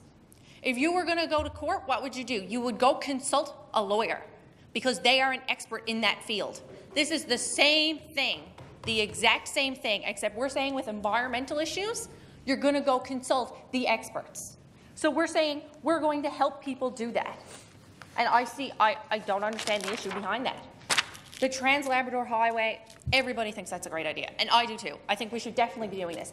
And by doing this and investing in our roads, we are investing in other economies, other parts of our economy that people say we're leaving out. What we have to realize is people have had great ideas, and I appreciate all of the ideas that have come forward. I think a lot of them are great. But what we need to realize is this is one resolution on a very specific topic. That's not to say we can't invest in green energy. That's not saying we can't invest in the fishery. That's not saying any of this. This is specific to mining in Labrador. We are talking about mining in Labrador. We can't have a resolution that's 100 pages. We would never get through it, and it's already lunchtime, and we're still not through it. We're talking about a very specific issue. So please don't get caught up in the, oh, well, we should be investing in other things. Yeah, and we will. But this is one part of what we are doing. And I've just got so many notes here.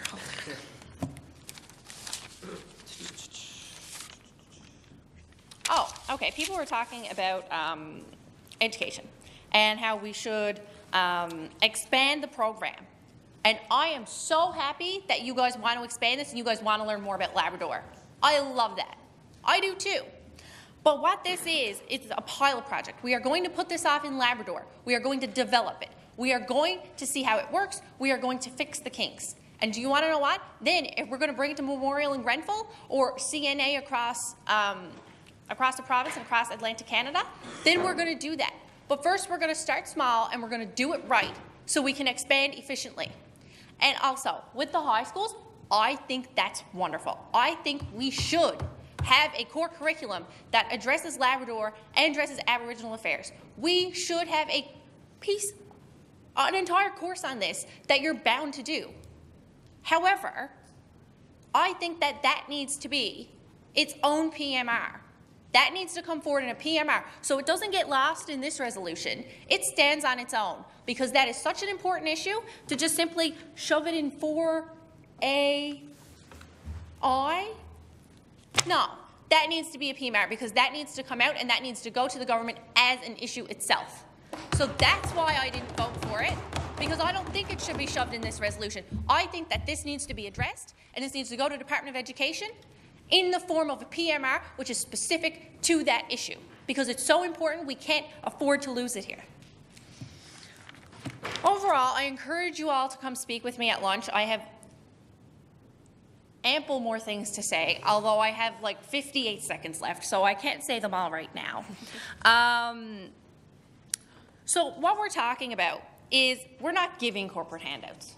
We're not corporate welfare, no. What it is attracting people to invest in us. We're investing a little bit to get back a lot.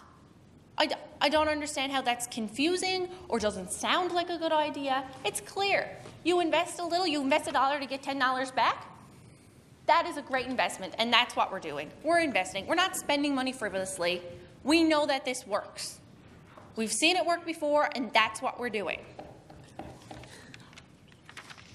See, I got about 19 or 18 seconds left, and we all are probably hungry and want to go to lunch. So I'm going to sit down, and we can go to lunch. But I encourage you all to come talk to me. I have so many more things to clarify and talk about that 10 minutes simply wasn't enough. Thank you. I recognize the member from Terra Nova on a motion. I would like a motion, seconded by the Minister of Finance, that we recess for a period of 1 hour because lunch is ready. So it's been motioned that we will recess for a period of 1 hour so that we can eat some lunch. So all those in favor of recessing for 1 hour, please say aye. Aye. All those opposed, please say nay. The House is now in recess.